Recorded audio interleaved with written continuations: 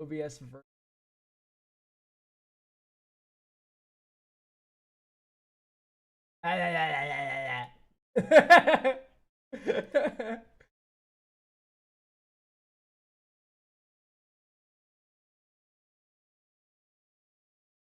have to hop on the Discord.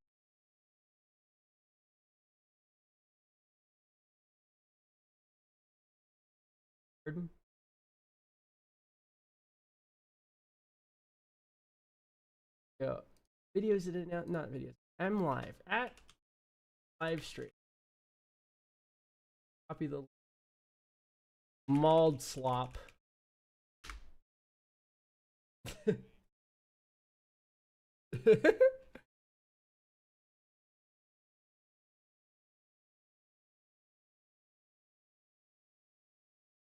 Can we dock our chats?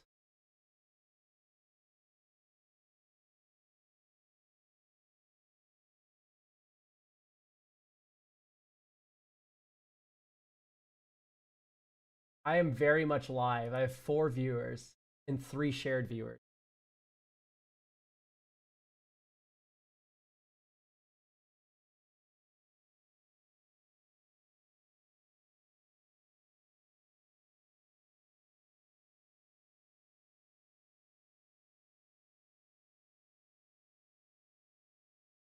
Yep, I'm.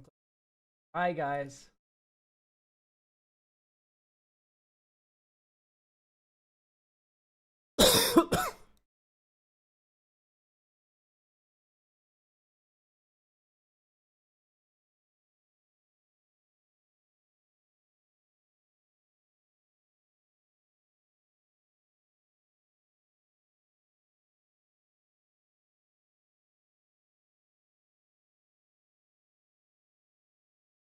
Oh, yeah, I did. The slop mobile. The slop this time around is orange. It's Nickelodeon themed.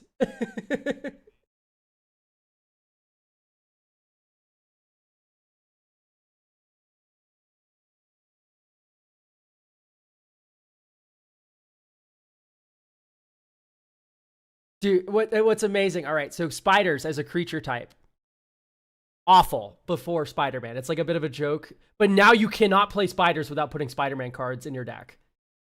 Secondly, Avatar's coming out. You cannot build an ally deck without Avatar cards now. 3. Yeah, and then they come for the ninja players. That's the finale.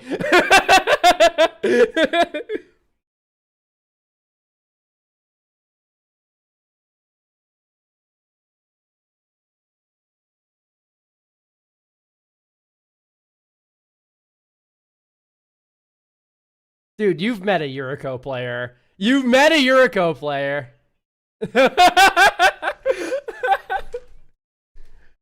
Oh, man.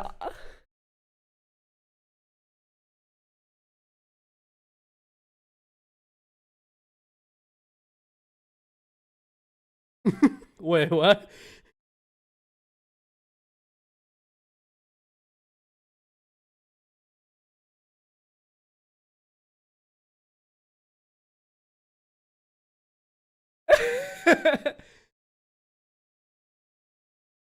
Okay, here's the thing. Like, okay, yeah, all right. I'm willing to concede the point that people like Ninja Turtles more than Spider-Man at least. However, why does every Universes Beyond set have to be like fucking Kindred? You know what I mean? It's just like, I want to be mad. I want to be mad. We're clip farming.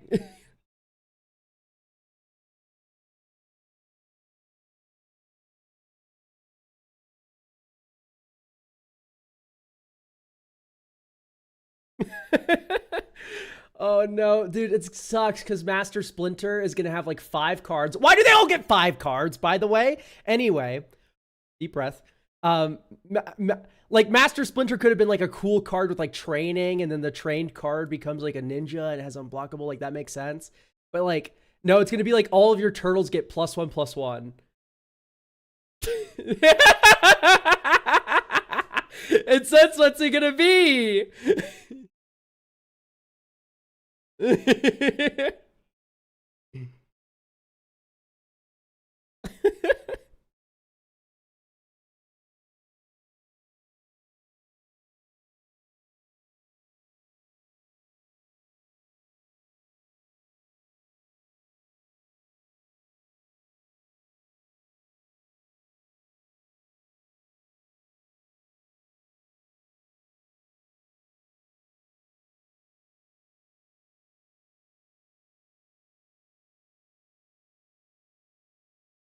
It pisses me off, like low key, because Marvel has their like greasy iron grip over Wizards of the Coast now, and that means we're probably never ever gonna see like Teen Titans universes beyond, and that's a universes beyond. I would step up. You know, you're trying to rage bait me, but like low key Go is not the worst thing I've ever seen in my entire life. People want to like shit on that.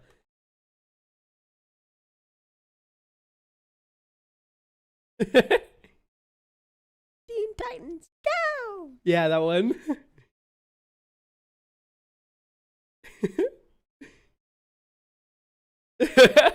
Dude, Teen Titans would make sense. Like I would like play the fuck out of like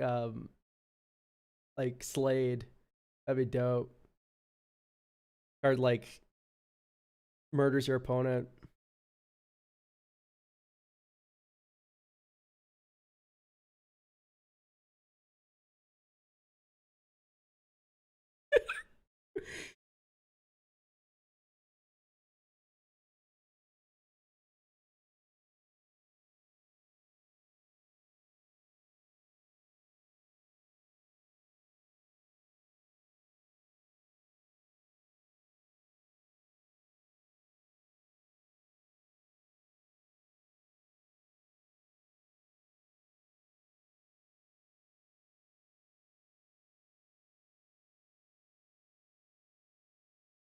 Here's the thing. I'm getting shot in the chest here, but it was really Veggie Wagon.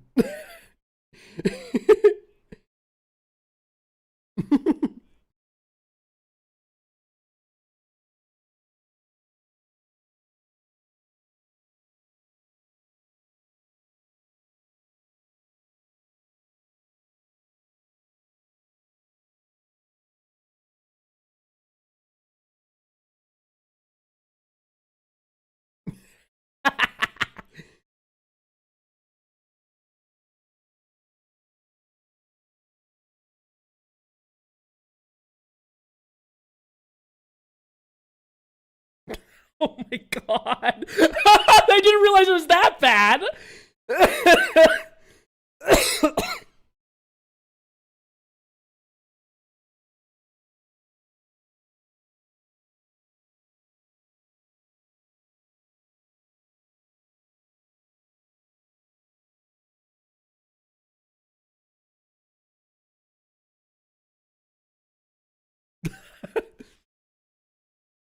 Speaking of unusable, man, are we ever gonna get the Spider-Man set review out there? Is that shit just like, let's not poke the bear? It feels like it's gonna be like rotten. Like I don't think any Spider-Man.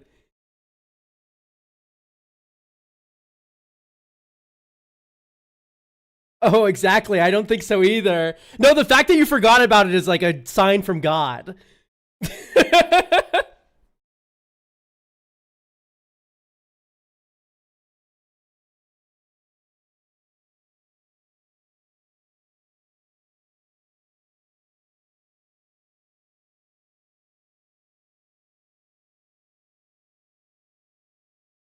We're going to begin selling different tiers for we fix your card and we give our opinions of your card. Because fixing your card is a different time demand and a different brain power demand. And so there's going to be like the current tier is what we have for we're going to look at it, we're going to tell you what we think about it. Maybe they'll, maybe part of what we think about it is like, you have to get rid of this mechanic right now or I'm going to scream. That's me and Elk's, I think, most typical response to some of these cards. But we're going to, in future weeks, sell a redeem that is more expensive and we will tell you what, like, we will give you an explicit, like, this is how we will change it. Pejman, the 3-card limit is for the entire stream, but the limit is 20 if you pay US dollars. So if you purchase via Ko-Fi, you can get more in than if you purchase via channel points, because the channel point redeems are basically free. All right. I think we're caught up.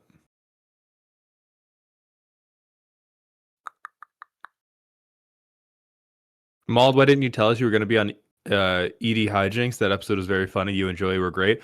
I forgot to promo it because we filmed it Monday. That's why. Typically we do it. There's like a week or two, and then they're like, "Hey, the episode's about to come out."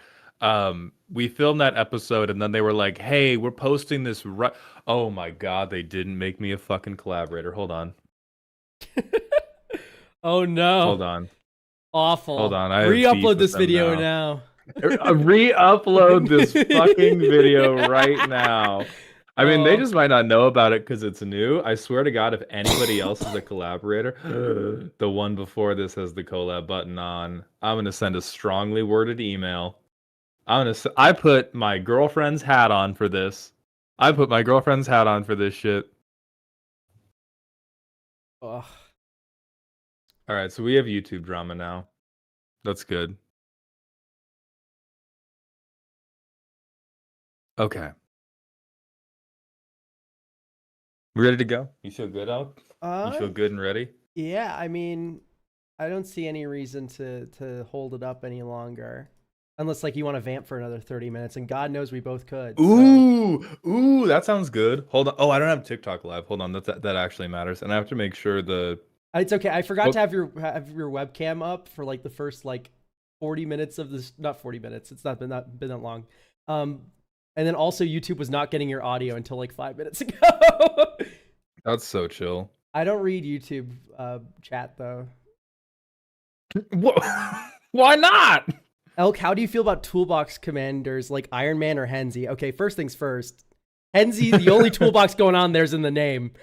There's nothing about searching that library with Henzi. Yeah, Bro's toolbox is a hammer that he throws at you over and over. Henzi is not a toolbox commander besides a name. Okay, my posts are live.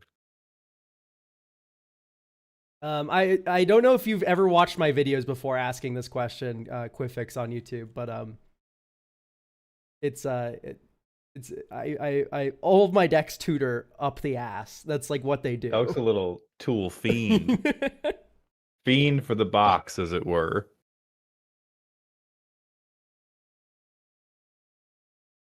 I know the beacon mic's not available, you stupid application. Brother. This guy stinks! Sorry. Where my Brio 100 at? Add that source. Yeah, Terrence. I think my favorite decks are ones where like I tutor and like it's one of the green creature tutors or it's a legendary tutor, so I have to reveal the card. And you watch as I reveal Brizella, Bruna, fucking like I reveal all these horrific evil cards, and there's just nothing you can do about it. I have like 15 stacks pieces in play. You're just watching me like assemble like the mega death ray. Exact fucking opposite. Exact fucking opposite. On the gameplay episode I was on that just went live, I did an intuition pile on somebody's end step, and it was Sphinx, Ambassador, Magmatic Force, and Tidal Force. I was like, choose your fucking Oh, no. Instead of, I think, Magmatic Force, I think it was like Myojin of Cryptic Dreams. It's like, choose your character. And everybody was like, you cast Intuition, right? And I was like, yeah. Oh, God. The card blue players used to win? Yeah. I did a deck interview with Bommy. I think that's what he calls them. Bommy has this thing where it's like, what's your favorite commander deck? And then he looks at your commander deck, and then he does like an hour-long interview with you about your favorite commander deck, right? And that got posted, and I'm like a narcissist. So what I do is I like every so often I'll like quote search on Google like 33 elk or like elk site, like, you know, reddit.com/r/edh. Anyway, my name popped up on 4chan as it typically does. That site makes me roll with how they talk about me, because it's either they hate my ass like incredibly hard, or they want to fuck me, and there's like no in between. Those are the two camps. Are those really separate camps on the internet, though? Sometimes they're both. Like Sometimes they're both. Right. I feel like there's a lot of overlap on that Venn diagram. And someone posted the thumbnail for the video and linked it and said, "Oh, this guy's pub stomping with his Brazella deck." And I'm like, dude, have you read Brazella? Like, I don't know. The fact that like you could be like, so like, he's like, this is not bracket 3. He has some stacks pieces in his deck, and he melds Brazella to win. I'm like, that's the most badass thing you can do in Magic the Gathering is meld Brazella. Yeah, I got a big fucking angel who's gonna stab you in the head. I don't know, man. Game's hard. Game's super hard. All right, let's get into the business. We are starting off with custom cards. First up is Alec Man, who went back to the drawing board on the Dimir draft archetype. So see if you can figure out the draft archetypes and what a Skaven deck is meant to play like. First up, we have Skaven Clan Rat, a 1-mana black 1/1 with Squad of Go Fuck Yourself. This creature cannot block unless you control 4 or more rats. This is a common. I don't like the random 2 in the squad cost. It should just be 1 in a black. That's me. We need 2-brid mana! How else am I supposed to draft a 3-color archetype? Okay, you got a Reaper King fetish. My fault. I like this. I think this is a good comment. I do think my only distaste about the 2-brid mana, and I'm only gonna say it for this card, is I can see immediately it's because, oh, I'm playing a 3-color archetype. How am I supposed to make sure the 3-color archetype works? It's supposed to be a drafting cost to make you draft fixing.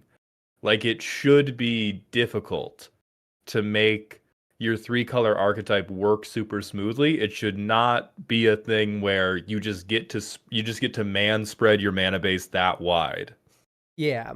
I do like how this cost and the squad cost play with the ability of the Skaven Clan Rat. That's fun. Yes, that is dope. Next, we have the Night Runner, a 2 and a 1 and a blue for a 1/1 with Squad, 2/2-brid, and Skulk. Sack this creature. Target creature you control connives.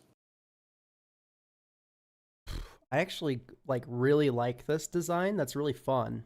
Bro, leaked Teenage Mutant Ninja Turtles. This is cool. Yeah. I'm a fan of this. I like when you squat it, you get a second Skulk Rat, and you get to swing with that and then sack the first one, and then you still get the Skulk after block, and then you get a counter on your rat. Yummy game actions. That's fun. I like that. Yeah. I approve. Next, Warp Lock Jezzail. 2 and a red for a 4/2 with Squad of 3 and a red and reach. You can tap and exert this creature to deal 2 damage to target non-land permanent. Pingers are always really dangerous. Exert gets slightly closer to what you want to be doing. I don't think a pinger should be common. That is fair. I was going to say I kind of fuck with this design, but I have a very poor understanding of rarities, and I do think if we can just be drafting, because this is a creature and a shock, essentially. Yeah. A 4-power shock. So it's probably a little bit wonky for common. And it but I like the a design. 6 power or 6 toughness creature. Like, oh fuck, it does, yeah, because you swing in a 6 toughness flyer, then you block it, you shoot him. Yeah, that does seem a little bit too good for common. But I like the idea. And I think exert is a good way to like pair this back. Do you agree with that? Yeah, I like the exert. I'm just saying like a pinger shouldn't be common. Yeah. Next, we have Novel Ambush, what I believe they called Elk in college. Oh my 4 in a god. blue for an instant. Target creature you control connives. Make a token copy of it. Oh, I don't know about instant speed. Instant. Okay, this is like major blowout potential, by the way. Like, Yeah, for instant speed. it's fine at instant if you create a tapped token that's a copy of it, so there's no ambush blocking. I'd mess with that. I would say either sorcery or tap token. But yeah, it's This one nod my hole. This is definitely like at least a 4 out not of the 5. fuck out of my hole. I mean, if we look at like realms sketching, um, which can also do artifacts and lands, so it's a little more broad. But that is sorcery speed. You get to do it for a little bit cheaper, and I don't think 1 mana covers it being instant speed, and you get to block better. All right, next, Devious Schemes. 1 black sorcery. As an additional cost, you may sack 1 or more creatures. When you do, copy this spell. Okay, plumb the forbidden text. Something you control connives. Ooh. Yeah, this is definitely. You're not going up a card, is my main issue. Like, it is 1 black mana, lose card advantage. Yeah, on a common, that's perfect. Common should make you sad. When you see this at the end of pack 2, you should be like, fuck. I'm in Skaven colors. God damn it. Yeah, Village Rites is a common though. It's like my thing, and I love Village Rites. I hate this. Yeah, but Village Rites I think is meant to be card draw. I think this is much more about the connive trigger, and this one at least you can be like, okay, if I have 1 creature with first strike, I will sack my board to make this thing better. Yeah, you can. It's a pump spell, I suppose, because how Knives works. But then you like draw a bunch of lands in a row, and then it does nothing. If you sacked like 6 rats, that feels bad. Mm-hmm. That's true. Yeah, so it feels It should be an little... instant bare minimum. I'd agree with that. All right, next we got the Storm Vermin. 1 in a black for a 2/2 with squad of 3. Vermintide. Creature gets +1/+0 and menace if you control 4 or more rats. That's cute. I like this card. Yeah, cute, solid. I would definitely, if I was in rats at all, I would draft the card. Next, we have Warlock Bombardier. 1 black red for a 2/2 with generalship. Whenever a battle you own enters, target exerted creature you control deals damage equal to its power to target creature or battle. I'm scared we're getting word slop now, where it's like, okay, we have connive, exert, go wide. Sack Yeah, in. this feels Squad. maybe we could do tapped here. This feels way too narrow. This feels way too narrow for a 3-mana 2/2. Like, if I see a 3-mana 2/2, I expect that guy to take my wallet and, like, I don't know, send me, like, my own childhood photos, but my face has been cut out with my mom and it's them instead. Even at uncommon. Like, this with the other rat exert, yes, but we can't be drafting a deck on the premise of, oh, if I combine this with 1 other card, Yeah. it will be good. Yeah, tap So I structure would think be better. I think tapped over exert would make this feel okay to pick up. Because then it could, like, okay, if I have this creature a battle and any other creature that I've swung, sick. I will play this card and be happy. But right now it's like I have to draft this guy, I have to draft battles, and I have to draft something I can exert. And then all 3 have to come together for this to do anything. All right, next, Arch Warlock, the Dimir version, generalship. Whenever a battle you own enters, target creature you control connives twice. Okay. Like, if there's a bunch of common battles and uncommon battles in the set, like, this mechanic's fine. I'm just, like, a bit wary of all of my cards being vanilla until I draw, like, one of my 3 battles I drafted. Mm-hmm. That's my only concern. We could have the Aether Drift problem, where if we have too much synergy with a thing that is not a creature, then a lot of the cards are just like, oh, what if we stood here for a while? Generalship, Benjamin, is Battlefall. Yeah, it's Battlefall. I would like it But more if it was like if you control a battle, you have a trigger on combat or something, or like when this enters, if you control a battle, then do something. I would like that more than Battlefall, but I do like this one more than the Rakdos one. Yeah, for sure. This still feels like, because we've seen connive triggers before on these other rats, and this feels a bit more like the Skaven card that goes with the other ones from before. Although conniving doesn't feel that Skaven to me. Rats be they be rubbing their little hands together. What are you talking about? You seen Ratatouille? Okay, maybe they connive, but the plans aren't that good. and you were talking about they're not card positive. That's not a very good plan. It's perfect. All right, head-on collision, a 3-mana control point battle. So a battle that you play under your own control, and if an opponent kills it, they get it. Creatures you control you may exert this creature as it attacks. Whenever you exert a permanent, creatures you control get +1/+0 until end of turn. Ooh, that's nasty. This card's awesome. But it should be a rare. It should be a rare. Red deck wins in my limited format? Holy shit. This should be a rare. This is Hell Rider on steroids, or it's like, have you seen Shared Animosity? In a set that's all about squad? Yeah, fuck your 3-color wedge, dude. I'm drafting mono red and I'm hitting you for 20. This is a cool design, because if you don't do your math right, and God knows attackers aren't doing math, your opponent gets to steal it, and then all of your shit's tapped down, and then they get to crash out at you. Or if they have an instant speed kill spell, kill your lethal swinger, and then crack back, get the battle, and then crack you with the battle because your creatures are still tapped. Oh my god, this design's so cool. I like this one. It should be rare though. Yeah, I think this is very cool. I think you got to upshift this, because this is the Butthole Exploder 3000. This is the Gnawhole Ambush. Next we have the Mighty and the Cunning, another control point battle.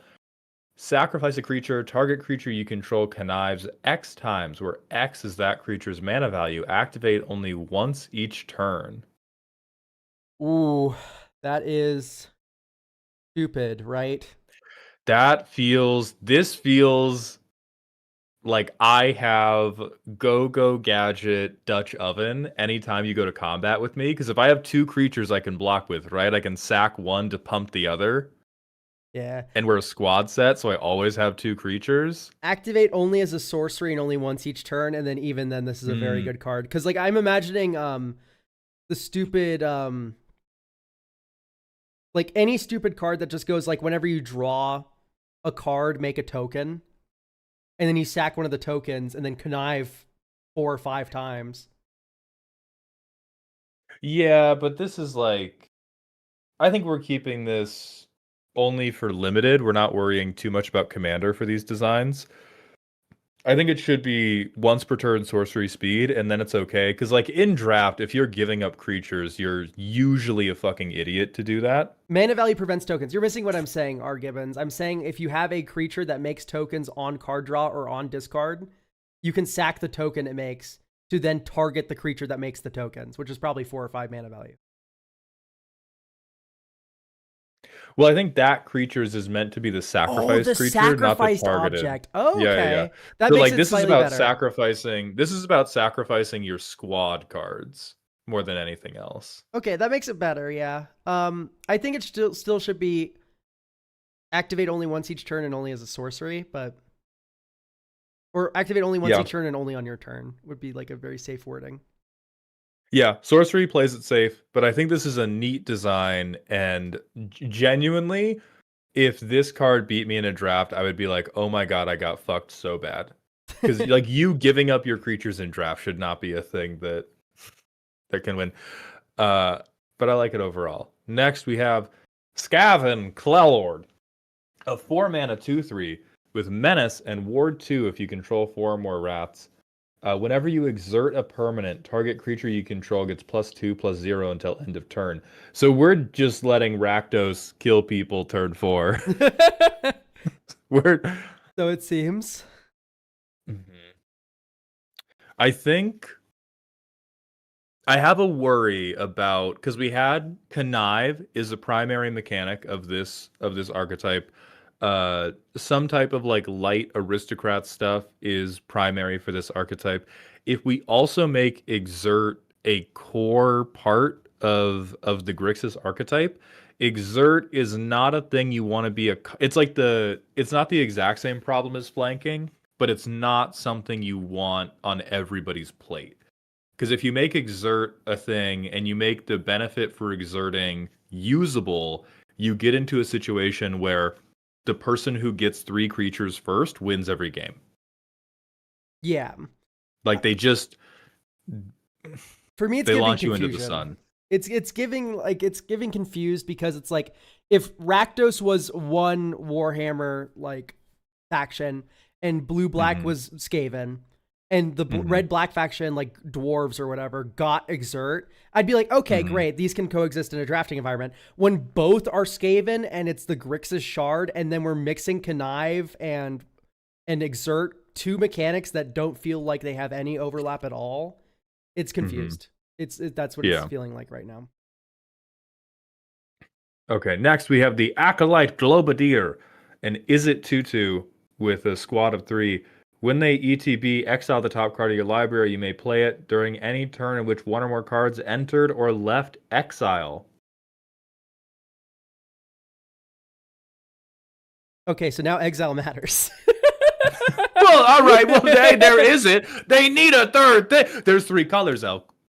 How would we do this if we did not have a thing for each color? I would recommend really looking at Shards of Alara or Streets of New Capenna, and then just like, how did they do it?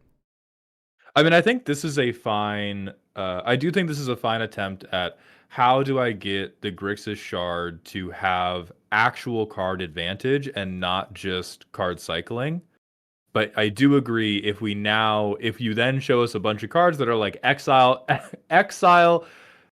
exert, sile, knife matters, we're going to be in trouble. Next is Vermin Lord Deceiver, a 5-mana 3/7. Oh, thick fucking rat. Death Touch and Skulk. At the beginning, okay, so he wins combat. Just make him indestructible. At the beginning of each end step, if a creature died this turn, each other creature you control connives. This gives Skaven to me. Like I like this for the other Dimir designs we saw earlier. Yeah, this is decent. It's honestly with Death Touch and that morbid ability, it doesn't even need Skulk, man. Like I'm not blocking this thing. Yeah. I think Skulk is there for flavor because each end step, not even just your own end step, that is a 5-mana draft rare. That's a 5-mana. You play that, I look at that, and I'm just like, what the fuck do you mean? What the fuck do you mean? I don't know if I'd say broken, chat. This is a rare. It should be good. And this it's not broken. This is a 5-mana draft rare that makes you want to lay down for a while, that happens in draft. It's just so funny because Skulk, like, also just like non-bows with connive. You don't want to grow this creature. Oh yeah. Next we have Hell Pit Abomination, a 6-mana 5/5 with Mantle. We can exert it as it attacks. If you do, kill a creature or artifact an opponent controls. You lose life equal to that permanent's mana value if the creature is not monstrous. That seems fine. Yeah, that's cute. That seems like more of a commander design than a draft design, but it does. I feel like it works in both. And then the 4th mechanic, Monstrosity for Skaven. Hey, it's not a shard mechanic. It's just this guy.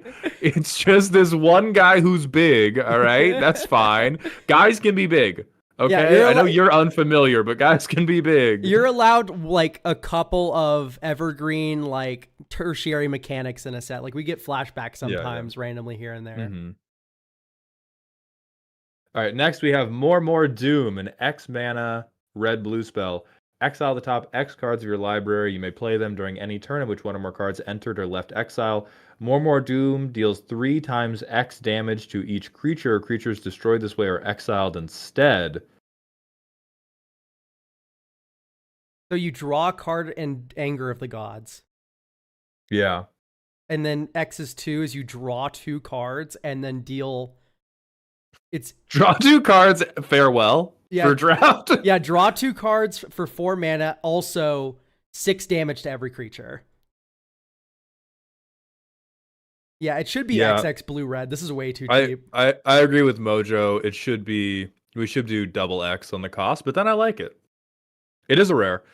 CMC Magic Factory. What was the highlight of Atlanta for y'all? I really liked the aquarium. Elk suggested it, and then I went without them because I'm a petty bitch.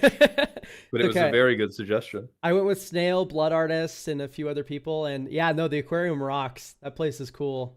Yeah, the aquarium is very neat. And then we went to sushi Okay. after. Oh, fuck you. Yeah. Next up, Grey Seer, Grixis, 1/2, Ward 1, Battlefall. Whenever a battle you own enters, make 2 1/1 black rat peasant creature tokens with this token can't block, and you may exert this token as it attacks. When you do it, connives. We're doing it. Oh, okay. Now we just need when they die, exile the top card of your library. You may play that card So during you're any right. turn in which something entered or exiled. Entered. I can't even speak. Fuck. Yeah, this is way too much stuff. I don't necessarily think it is. I think we're right on the fucking line. I think we are right on the line, but I do think I think we passed the line 2 mechanics ago. here's what I'd say. If Battlefall was changed to like on upkeep main phase 1 attack if you control a battle, being like I control a battle so I get 2 1/1s that can become 2/2s, that is okay. But yeah, this does look too much like really obvious product placement in a movie. Like it's just too much. Check this shit out, dog. Here's my set mechanic. Here's my shard mechanics. Duct tape them on.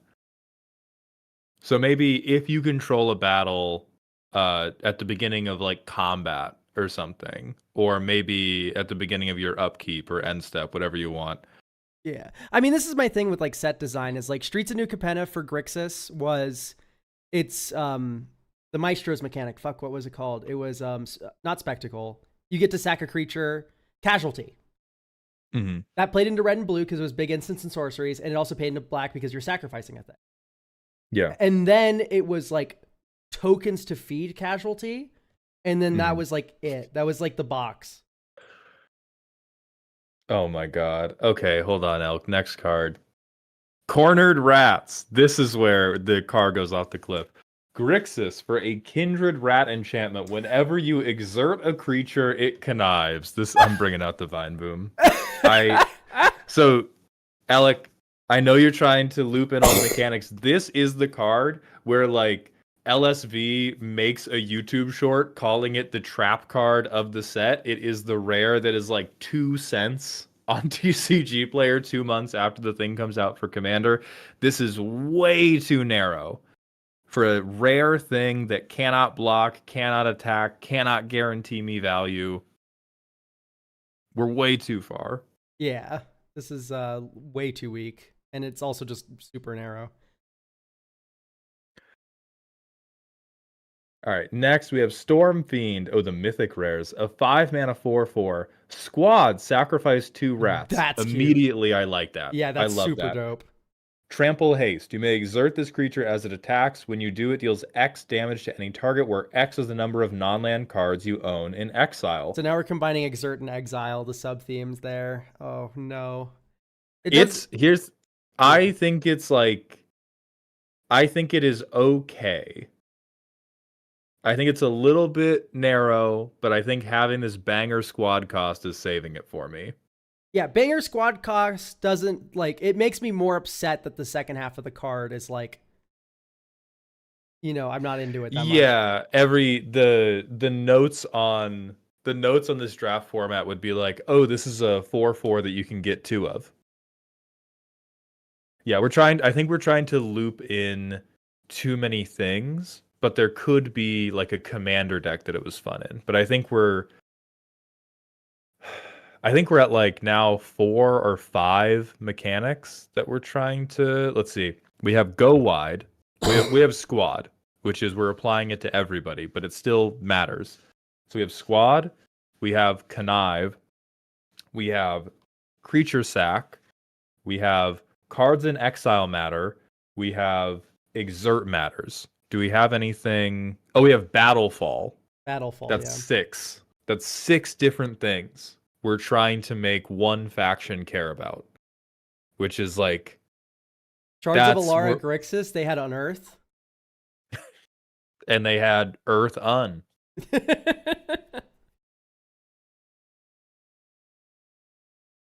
I'm looping Rats Matter into Go Wide. Yeah. I don't want to count Monstrous or Kindred, by the way, Nenemy, because they are just like one-offs, which you're allowed to do, but... Oh, it's fucking happening again. Vizix Scar, Prophet of the Horned Rat, 5 mana Grixis 4/5 with Ward 2. You can exert him. If you do, make X tapped and attacking rats that can't block, that can exert, and when they exert, they connive, and they connive for X, where X is rat cards you own in exile and in your graveyard. This is the memento. This is the memento moment. We gotta stop you here. Is there a single word not on a Grixis card that is not on this card? This has every single word that's ever been in Grixis. Great. This is the Marvel cameo of the draft archetype. Okay, so this is, and I think this card is, I think it is genuinely close to being cool, but I think this is where we have to consider, oh yeah, it doesn't have battle. It doesn't have Battlefall on it. But this is like, so Elegman, you are cooking, but the way in which you were cooking is proof that you have too many ingredients. Yeah. This is X is the tokens created. Okay, not so it doesn't connive X, but the number of tokens you create is the rats you own in exile and in your graveyard. I think you should either just make Exile Matters like the theme and just do like Warp Fire Rats and then have like a sack theme alongside that, or like, pick 2. Yeah. Pick 2. Yeah, and it's really just like you have to pick 2 or pick 1 that is like, this is throughout the shard. And then you can have, oh, this card has Monstrous. Oh, this card can connive. Oh, this card like can care about a battle, but it can't be this thing of it consistently matters for the color combo. All right, last we have Danqual and Bone Ripper, a 5 mana Grixis 6/5 Trample Menace Ward 2. Fucking, all right, that'll win a draft game. God damn it, you may exert this creature as it attacks. When you do, this creature connives. Then exile the top X cards of your library, where X is half the power rounded up. Then you may play them during any turn in which one or more cards you own entered or left exile. All right, Icarus, get the fuck out of here. No. Go say sorry to your dad. Go say sorry to your dad and cut 2 mechanics. I have to say, Alec, man, despite these having way too many mechanics, you have managed to not make them into novels. And I'm happy that we didn't see a single double face card throughout this. Yes.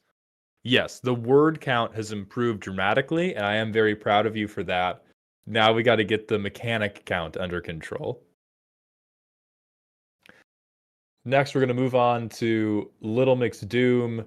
Elk, how about you read these because they're Deltarune, so right. I'm not going to have the proper inflection. All right, so we have now's your chance to 1 in a red sorcery omen, create a treasure token, then exile the top card of your library. You may play it this turn, and then be a big shot, which is 6 black sorcery. Sacrifice a creature you control. Each opponent loses X life, and you gain X life and draw X cards. And each creature gets -X until end of turn, where X is the sacrifice creature's power. Holy fuck! What is every black mechanic? Put it in my mouth. Put every black mechanic in my mouth right now. Float X black mana too. So this is a reference to Spamton. He always says, "Now's your chance to be a big shot," because he's like a spam email or something. He's all about spamming, and so the sorcery omen makes sense. You spam that, right? That's fun. Yeah. And then be a big shot is a big shot. It's cool. I think I'm okay with it. It's costed well. I think for 8 mana, this is the type of shit you get to do. I'm down with that. All right, moving on. Deal Maker. Wait, fuck, I want to play it. Yeah. Tell me about Deal Maker. Deal Maker. 2 and a black. Legendary artifact equipment.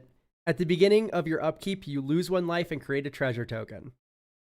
Equipped creature gains Menace, Lifelink, and Ward. Pay X life, where X is the number of treasure tokens this creature's owner controls. Equip 2 and a black. Fuck you. I mean, I want it, but I don't think it's broken. Whenever I want to play a card, my immediate reaction is that's too good because I'm the devil.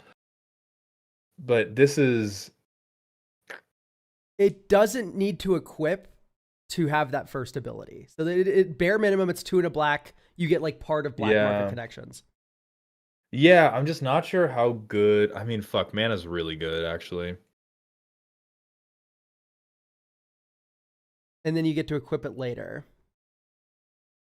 This is fine. I'm a notorious hater of upkeep effects. I don't think they're that good. I don't like waiting. I want my instant gratification. It makes sense though. Like this card is fine. These are like Spamton's glasses. That's the joke. And it's like an equipable item. Yeah. Yeah, like I think this is fine. I'm trying to decide how many Esper decks I would auto include this in just for ramp. I don't know, 3 mana? Three mana extra treasure token every turn of the game though. Like it's definitely not a bracket 4 card. I'm trying to think about like bracket 3 Esper. How many decks would I skip this in?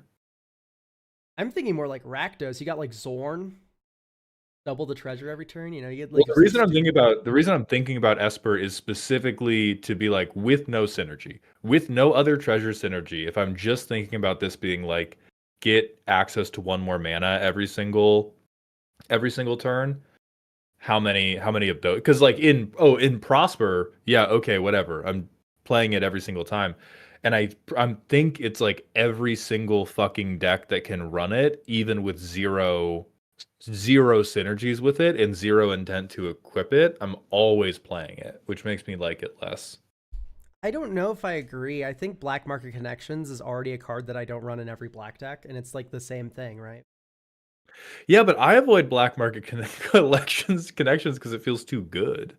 It feels too like that's awesome. not I like avoid it because I think it's dog shit. I'm like, oh, this is so boringly useful. And I feel like this would just become a boringly useful thing. I don't know. Let's move on. Yeah. Let's move on. You didn't pay the $30 to have us fix this. That's not going to be the cost. I'm being petty. Puppet Scarf for 3 and a black. Legendary artifact equipment. The first time a creature you control dies or is exiled from the battlefield each turn, you draw a card and lose 1 life. Equipped creature gets +5, -2, equip 2. So it's bad clamp, but yeah. I think that's neat though. Yeah, you get to pay 2 mana. I mean, this is for kill your this is for you get to juice your fucking Calaxi deck. It's so much more than 4 mana Skull Clamp. It's so much more. Like just tell me you've never played Disciple of Bolas in a cool way. Tell me you've never seen God after playing Disciple of Bolas. This needs to be non-token creature. Does it if it's for I guess each turn. If it's out on each of your turns, I would say yeah, do it with the tokens. I'm just scared of a Theomancer. Yeah. Fuck a Theomancer. So I would say on each of your turns are non-token. Tell me about the world and how it revolves. The world revolving. 1 red sorcery with madness for 1 and a red. Each player discards their hand. Each player who does roll a 6-sided die and draws cards equal to the result +1. Oh, if this wasn't a May, I'm putting you in prison. Oh, if this wasn't a May, I'm sending you to the fucking chair. But with a May, I like that this is a wheel effect. That is very, very fun. The only other thing I could think of is maybe it does like a polymorph kind of thing. This is like Jevel's theme, and Jevel's like the Joker card. He's like scared. He's like a wild guy. Let's see. I like the madness cost. That's really fun. Yeah, I think I like it. I think I like it. I think it doesn't get played I think it wouldn't get played as much as it should because after 2 games people would be like, "Oh, if you roll a 1, that person just gives up on life." Even though like they chose this, right? Anyone who loves Jevel is like always fine with rolling a 1. Like that's the kind of people these are. Perfect. Then I accept. I mean, even then, it's like you draw 2 cards for after discarding this one. Like if you're in a madness deck, that's really good. Like even just Yeah, drawing yeah. two to refill. Mm-hmm. That's fair. What about the knife? Devil's Knife. 1 red red. Legendary artifact equipment. At the beginning of your upkeep, exile the top card of your library. You may play it this turn. If equipped creature would deal damage, it deals twice that much damage instead. Equip 4. Okay, is Count on Luck just fucking nothing to you? Yeah, like the Count Luck Is sucks, so I'm happy to see it Hey, upgraded. Count on Luck's fine. It's a fine card. This, yeah, you never beat the power creep allegations with this, but yeah, people would play it. I like this card a lot, actually. It makes me super happy that I want an upkeep effect in my deck because it has other utility. Yeah, And it makes sense for Devil's Knife because it's just the best damage item in the game. that makes sense then. It might this might trick an aggro player into having card advantage, which is good. Oh, for certain. I like this cycle of like equipment with upkeep abilities. That's so cool. All right. Yeah. Black Shard. 2 black legendary artifact equipment. Whenever a creature attacks you, that creature's controller loses 1 life and you gain 1 life. Okay, so it's Revenge of the Ravens. Whenever 1 or more opponents lose life, put a +1/+1 counter on an equipped creature. This ability only triggers once each turn. Equip 2, pay 2 life. Let me look at Revenge of Ravens. Revenge of the Ravens is 3 and a black for this. Yeah, event. go fuck yourself. Okay, so we can't just be like, what if we had a different card and then stuff on top of it? You got away with it with Devil's Knife and Count on Luck. We can't just keep going. What if I fucking directly power creep something else? It is cool to aura farm them with the sword alone. I'm okay with like static effect that is independent of the equipment, but you're taking things and being like, what if it cost the same mana and did more?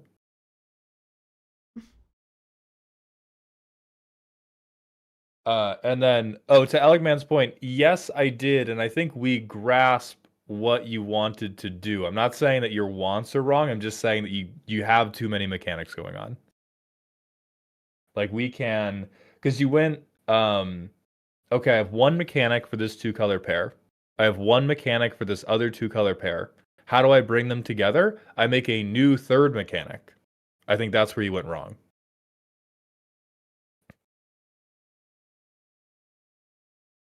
Okay, tell me about the Roaring Knight.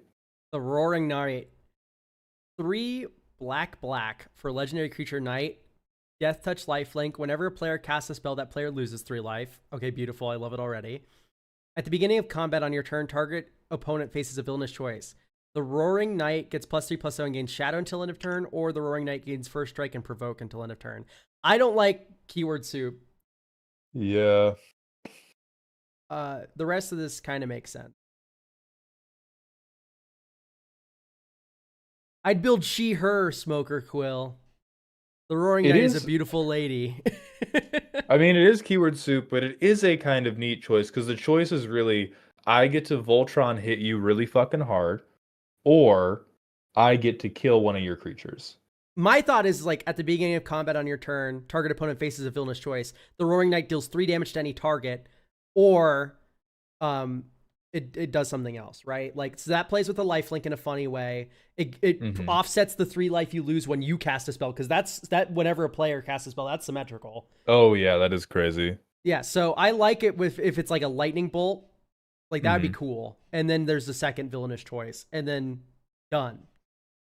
Yeah, I like that. Does black do damage like that? Yes. Look up Corrupt. Get fucking corrupted, dog. Soren's Thirst. Yeah, like, yeah, black does damage to objects with lifelink.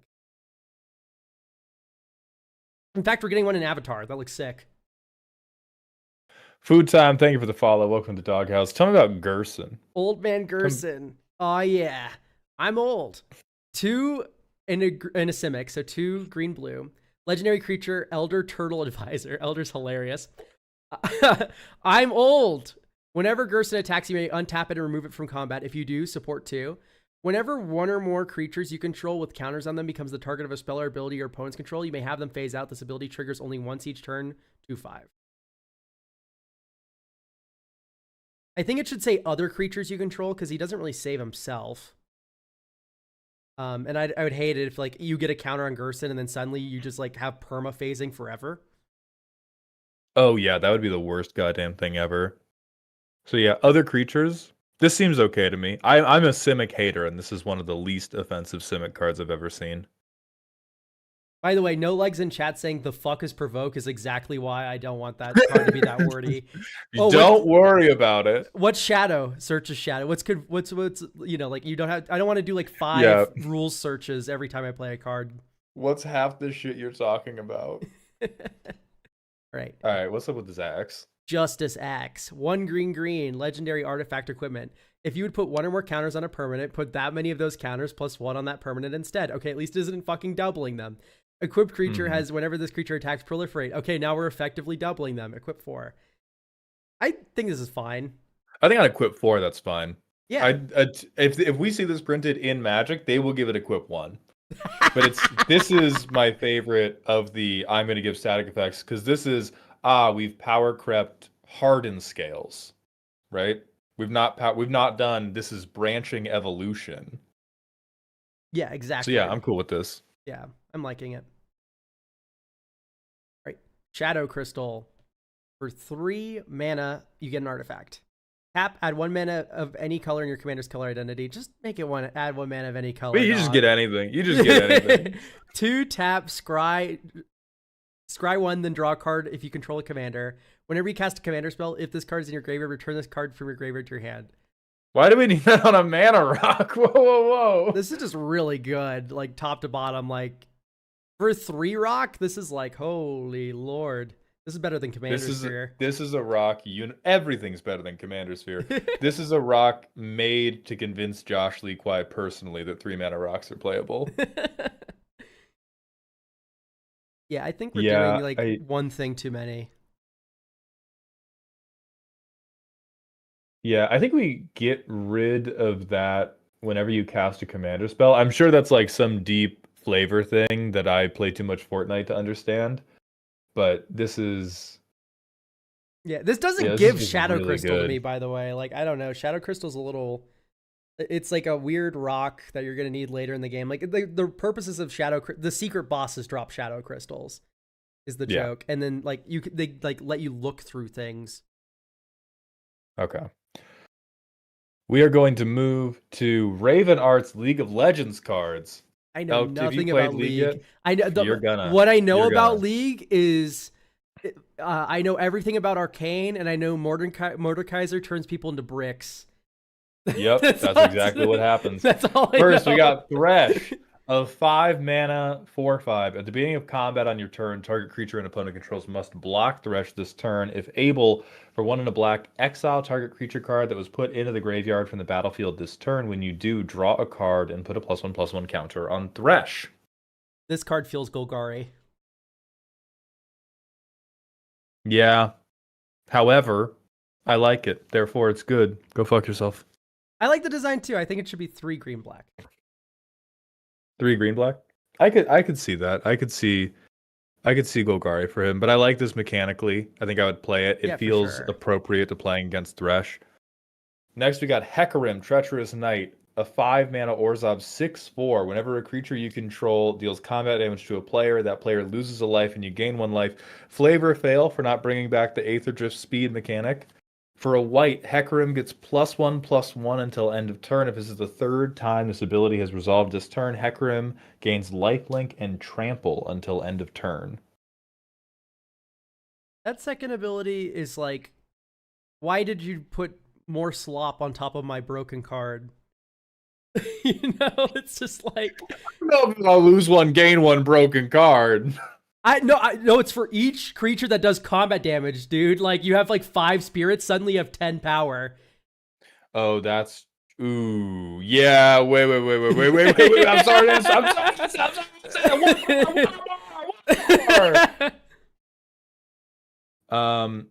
Yeah, this is... So now he's one of the best token commanders ever, and is a very real Voltron threat as well. Oh my god, if I had And Hecarim in the game, by the way, this guy sucks. This guy is fucking weak as piss in the game.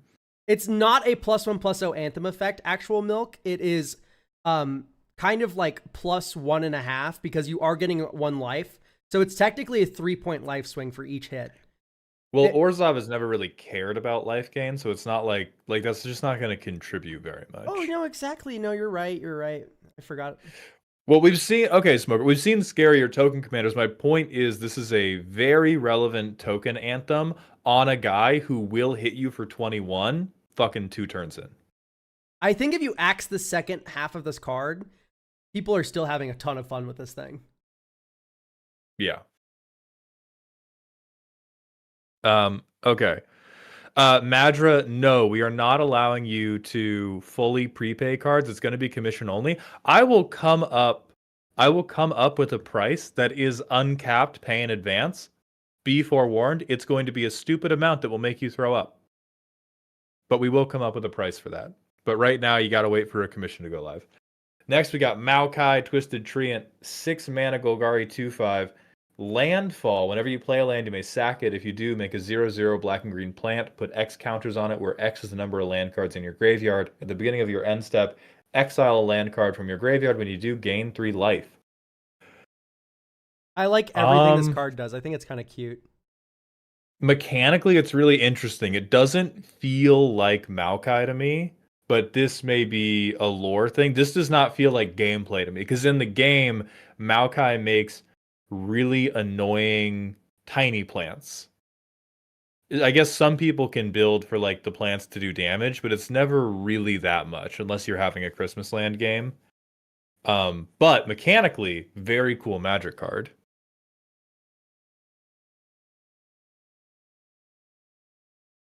Yeah, I think I agree. right. The second ability isn't a May. You have to shrink the lands in your graveyard. Mm-hmm. But I think that's fine. And honestly, the Golgari players deserve it. I would be so much chiller seeing this as a Golgari land stack than anything else. But next, we got Callista, the Spear of Vengeance, a Mardu 2-drop, 1/1 first strike, death touch, soul bond. Whenever Callista or a creature she's paired with deals combat damage to a player, that player gets a Ren counter. 1 in a red, Callista deals X damage to each opponent, where X is twice the number of Ren counters they have, then each opponent loses all Ren counters. I love it. I love it. Yeah! We fixed it! So this is a card we saw before, and I crashed out about it. This feels very much like Callista to me. This feels exactly like what playing against Callista feels like. Massive fan. I think I would play it. It would feel fun to play, and like if I got to kill you with it, it would feel like I had earned it. I think I would just change the wording on the second ability to make it clear that you're not punching each opponent for the number of Ren counters that each opponent has. Right? Like it's meant to do damage to people with Ren counters. Yeah. And not hit all opponents. Like right now it's worded a bit vague where it seems like Oh, sure. Yeah, you're bad at reading. I get that. Yeah. Of course. Of course. This is way too powerful. I don't know if you're right. That's not true. I think first strike death that's touch, a lie. First strike death touch is like uncommon. Soul bond, that ability is rare. And like no, soul bond, the rest of the abilities is like this is fine for a mythic. This is a mythic card. First strike death touch dies to a stiff wind. I'm like, that's this is one of those cards. This card is broken in a pod that thinks removing things is mean. You're entirely right. Like that's it. If your pod is like, oh, it's rude to kill my opponent's commander, this card is broken. In every other pod in the world, this is a neat aggro thing. It's the X damage and doubling. Yeah, but it's X and doubling based on the number of times I have hit you across the entire game. Yeah, I poke you with a needle, I poke you with a needle, I poke you with a needle. I play Gratuitous Violence for 5 mana. All my creatures do double damage. And then I activate for another 2 mana. And then I punch you for, it'd be like 14 or something damage. Like, you deserve that. Come on. That's 7 mana. If I have hit you every combat for 5 turns, then I deal 10 damage to you. Are you kidding me? Yeah, you're kidding yourself, chat. Like, let's move on. This card's fine. Yeah. And then Yorick, Shepherd of Souls, a 5 mana Abzan 3/5 with Vigilance. Whenever they attack, make a 1/1 black zombie creature token tapped and attacking. Whenever a creature dies, put a grave counter on him. For 2 and a black and tap, make them Maiden, a legendary 3/3 Wraith. With remove a grave counter from a creature you control, make a 1/1 black zombie creature token. Activate only once each turn. This is like amounts of nested triggers and like tokens and bullshit that we have not seen since the likes of that one frog guy with Kaimi. You know the one I'm talking about from Neon Dynasty? Yeah. But Yorick is that annoying in the game too. Every time you play League of Legends, you're just like, oh my god, this fucking dickhead and his fucking zombie loops. Yeah, Mothman and Hedgeman has a point as well. Zombies are 2/2s. Yeah.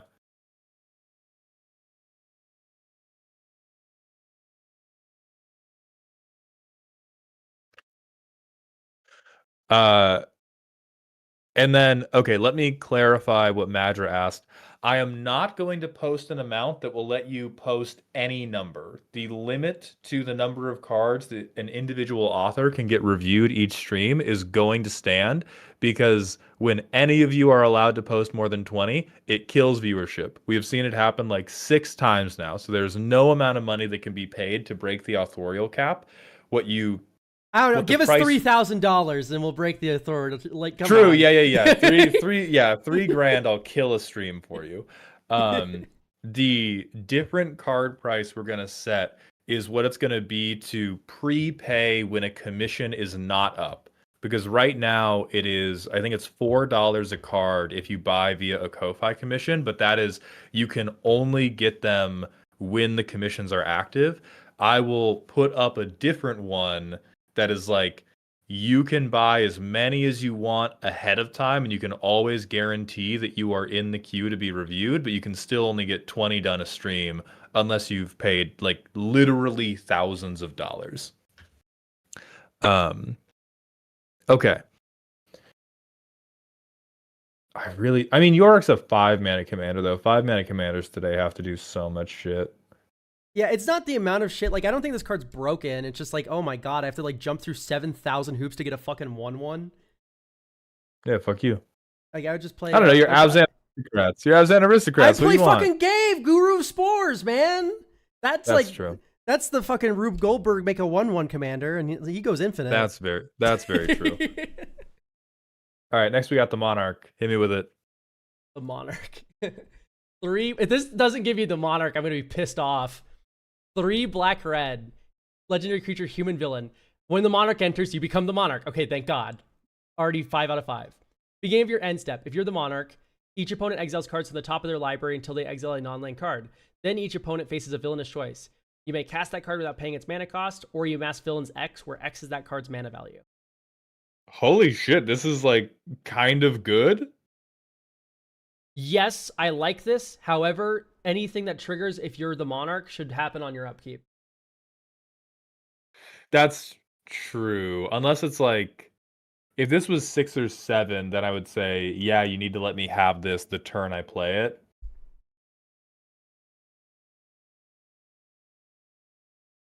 The point of this, it's really cool. The point of if you control the Monarch is you get a nice little treat. You have to defend. You defended yourself. Yeah. I think you get like a little pity prize. Like the Monarch will scry 1 if you are not the Monarch. Something like really weak. You take 1 damage if you're not the Monarch. Fuck you. Each opponent. Next we got. Oh my god, perfect. Next we have Krazik the Cruel, a 4-mana mono black orc rogue with menace. Whenever Krazik ETBs or deal combat damage to a player, you can sack a non-token permanent. If you do, search your library for a card that shares a type with a sacrificed permanent, reveal it, put it into your hand, and then shuffle. Okay, no, I like it. I'm womping on the smell. Of course you like it, Tutor Boy. It's Sidisi. Let me look at Sidisi. It's 5 mana Sidisi with like it has exploit, right? That one enters, it exploits something. This is a mythic. Yeah, I don't think it's broken. That's why I said I was womping on the smell. I just whenever I see something like this as a legendary, I'm assuming it's designed for the command zone, and In mono black, I have such significant doubts what you're going to do is going to make me do anything but groan.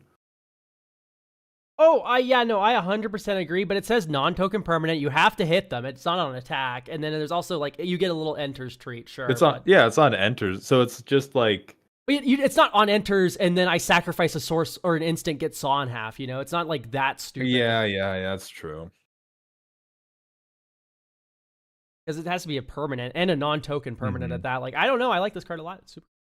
I think it's fair. I just think every time you do make it happen, I'm going to mark you down in my little mental notebook of like people not to play with anymore. That's what I think about it. Steve says in my YouTube chat, needs a more restrictive mana cost. I don't know if you've ever played with one color, but that is pretty restrictive. I can't play all my utility lands. All right, Elk, tell me about the Forgotten Man. The Forgotten Man. 1 mana. Legendary enchantment creature, Illusion. When the Forgotten Man enters, circle the location it was cast from below. The Forgotten Man cannot be cast from a circle location. Tap, you gain an egg counter. Exile the Forgotten Man. When you have 5 egg counters, you win the game. Command zone, hand, exile, graveyard, library. You got me fucked up. We don't need to be enabling this behavior in people. This is the type of thing you use key jingling to get people not to do. I'm trying to think about how you even fucking do this, dude. It's just like okay. Don't. That's the trap. They're making you consider dogshit Exodia. Don't consider dogshit Exodia. Well, also just like it's part of the resolution, the exile the Forgotten Man. So you have like a Mangara problem where you go like tap, you gain an egg counter in response to that ability. I flicker it. And then it comes back as a new game object. And then you can just dink, dink, dink, dink, dink. And proliferate. Yeah, proliferate exists. You're right. Oh, yeah. Oh, God. The blue players ruin it for everybody again. Yeah, so flickering this works. Like, you can Mangara this thing. How do you actually... I just described how you actually accomplish this. Like, look up Mangara loops. Like... Yeah. Make an egg emblem. We're too deep. No, it's not add egg emblems to match it. You accomplish it by not doing what the designer intended and just doing what everybody has always done with counters from the beginning of time. Anyway, this card fucking fries me. That's so funny. All right. Wandering Ronin. Red for a 5/3 with haste. During your end step, if Wandering Ronin attacks this turn, target opponent gains control of Wandering Ronin. Oh, it's dogshit slicer. Yeah, I don't think this is good enough, but it is a cute idea. Yeah. Did you hear, by the way, that Travis Gafford, you're familiar. He at Command Fest Tacoma, the Laughing Dragon event, whatever. Oh, not Tacoma, whatever. Anyway, it was some event. He was there with Khan, the Trinket Mage. And Travis Gafford got first place in a CEDH tournament. He was playing with Khan.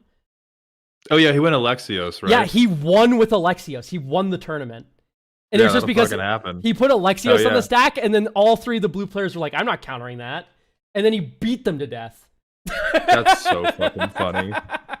That's so fucking funny, man. According to Khan, it's the only tournament placement for Alexios, which just like warms me to my heart. Good job, Travis. That is fucking hilarious. That's goddamn amazing. Next, we are going to move on to a second egg card from a different designer. This one is from Little Mix Doom. Oh, I love Deltarune. 1 mana, Clue Food Treasure. Holy shit. Sack the egg to add a mana of any color. 2 mana, sack egg to draw a card. 2 mana, sack the egg to gain 3 life. Whenever egg is put into a graveyard from anywhere, its owner shuffles their graveyard into their library. Super Lembus. I love Super Lembus. I don't care enough about this game to have a strong opinion. I just know, like, Little Mix Doom, your fun little flavor dream is going to be corrupted by all of the fucking Cheerios players. The Maria player will know not what matters about the egg. They only know that it triggers Aetherflux Reservoir. It might be too strong, honestly, for Modern, because Modern right now does have a very good affinity deck, and you like 0 mana Artifact Fall in that deck a lot, and this is 0 mana Artifact Fall. All right, next we have a space between. A land. Exile a space between, add double colorless. You may play this land from exile, but not anywhere else. This land can't enter the battlefield unless it was played. Oh wow! So you have to like So we're brainstorm doing it, then impulse draw it, then you can play it, and then you me can. me when I solve a logic puzzle to play my fucking Temple of the False Gods. Discard it, exile your graveyard. Then you get. That's a lot. Yeah, I mean, this is, I think, I believe you that it's a good reference. I don't believe you that it's a Magic card. If you got rid of comma, exile a space between colon, and then just had it be tap, add 2 colorless, and then all the rest of this text, it would be fine. Mm-hmm. That would be okay. Yeah, I would believe in that. Like, if you've jumped through the cast this from exile hoop, then you get a soul land. Hmm. Or if you play this land from exile, it enters with a egg counter, and when it has the egg counter, you can tap for 2 colorless instead of 1 colorless. And then there would be dope. All right, tell me about the Priest of La Mancha land, Elk. Sorry, what? Tell me about the Priest of La Mancha land! Priest of La Mancha land, La Bubu land. Red, white, black, legendary creature, vampire, lifelink. When this creature enters, blood seeps into the battlefield. Okay, that means something. Whenever this creature takes damage, create a blood token. Unforgivable Sin consumes blood feast. Dude, what fucking like Yu-Gi-Oh card is this? When this creature attacks, it gains indestructible death touch and must be blocked until end of turn available. Okay, what's blood seeps into the battlefield? So blood seeps into the battlefield is a, I guess, this is a Yu-Gi-Oh field effect. Whenever a blood token enters or is sacrificed, you get a blood feast counter. When a card consumes blood feast, remove that many blood feast counters. Just make it sack blood tokens, dude. It's not that deep. But then I don't get my own mechanic, you motherfucker! Just make blood. It makes blood tokens, and you get to sack 4 blood tokens to do a thing. Yeah, but in the show, when he walks into a room, there's blood everywhere, and that has to be represented mechanically, or what's the point? Oh my god. Manager of La Mancha land. I'm gonna call it La Mancha land from now on. That shit's hilarious. 2 red, white, black. Legendary creature, vampire. Haste, first strike, lifelink. When this creature enters, blood seeps into the battlefield. You get weird emblem. Whenever a creature you control deals combat damage whenever a creature you control deals combat damage, to create a blood token. Wow, that's really good. Lysangra, consume blood feast 10. This creature gains trample and +X/+X, where X is the number of blood tokens you control until end of turn. But okay, so that would not work with the sacrificing blood tokens, but still, like, there's like, it gets +10/+10 until end of turn because you sack 10 blood tokens. Mm-hmm. Blood your engines. Someone pin that, please. Oh, fuck. It's pinned. It's pinned. Oh, thank God. Oh my God, that's so funny.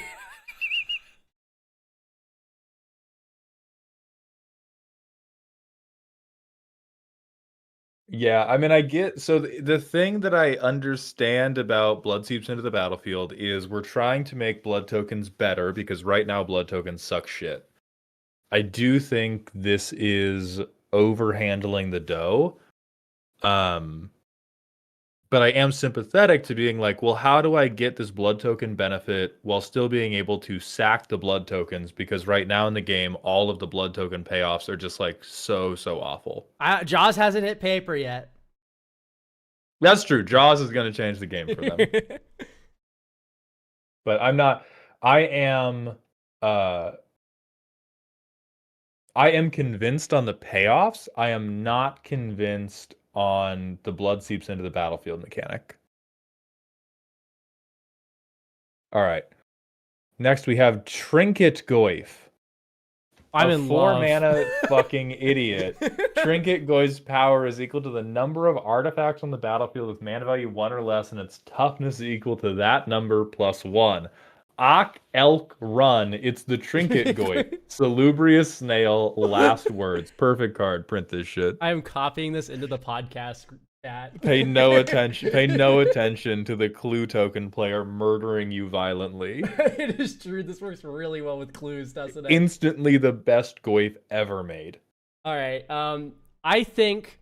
Hang on. Listen. It's a Goyf. It should also at least look at your graveyard. It's okay if it looks at the battlefield, but it should also look at the graveyard. Plus a lot of the baubles you sack. actual. Yeah, This that's is a joke card, but I'm still like actual. Like this is funny. fine. Lurgoyf Wizard. You get a wizard cycle for it. Oh. All right. Next, we got General Faust, a 4-mana Rakdos Flampler. 4/4 on ETB. You can discard your hand to draw 3. Once during each of your turns, you may cast a mercenary or soldier spell from your graveyard by exiling 3 other cards from your graveyard. So we get Coda's text, but only for mercenaries or soldiers.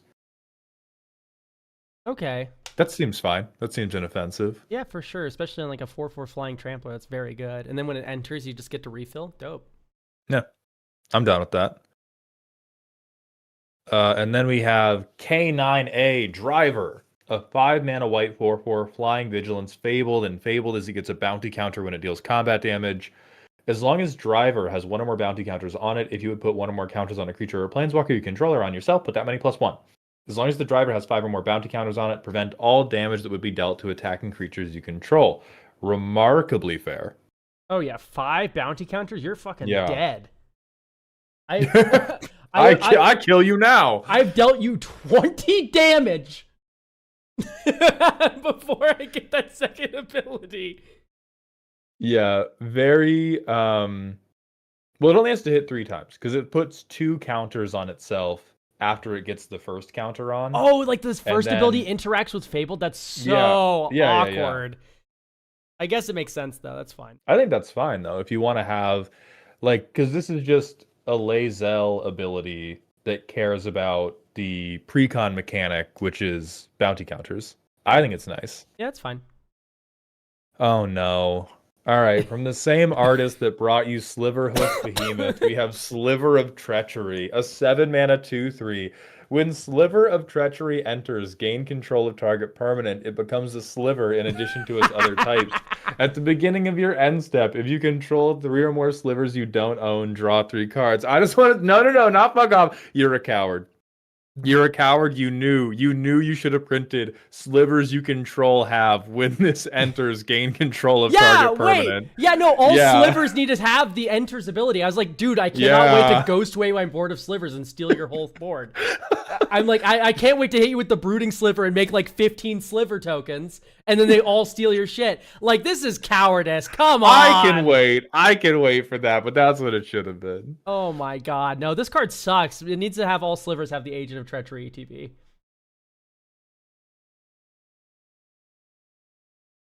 I do thank you for the Twitch short though.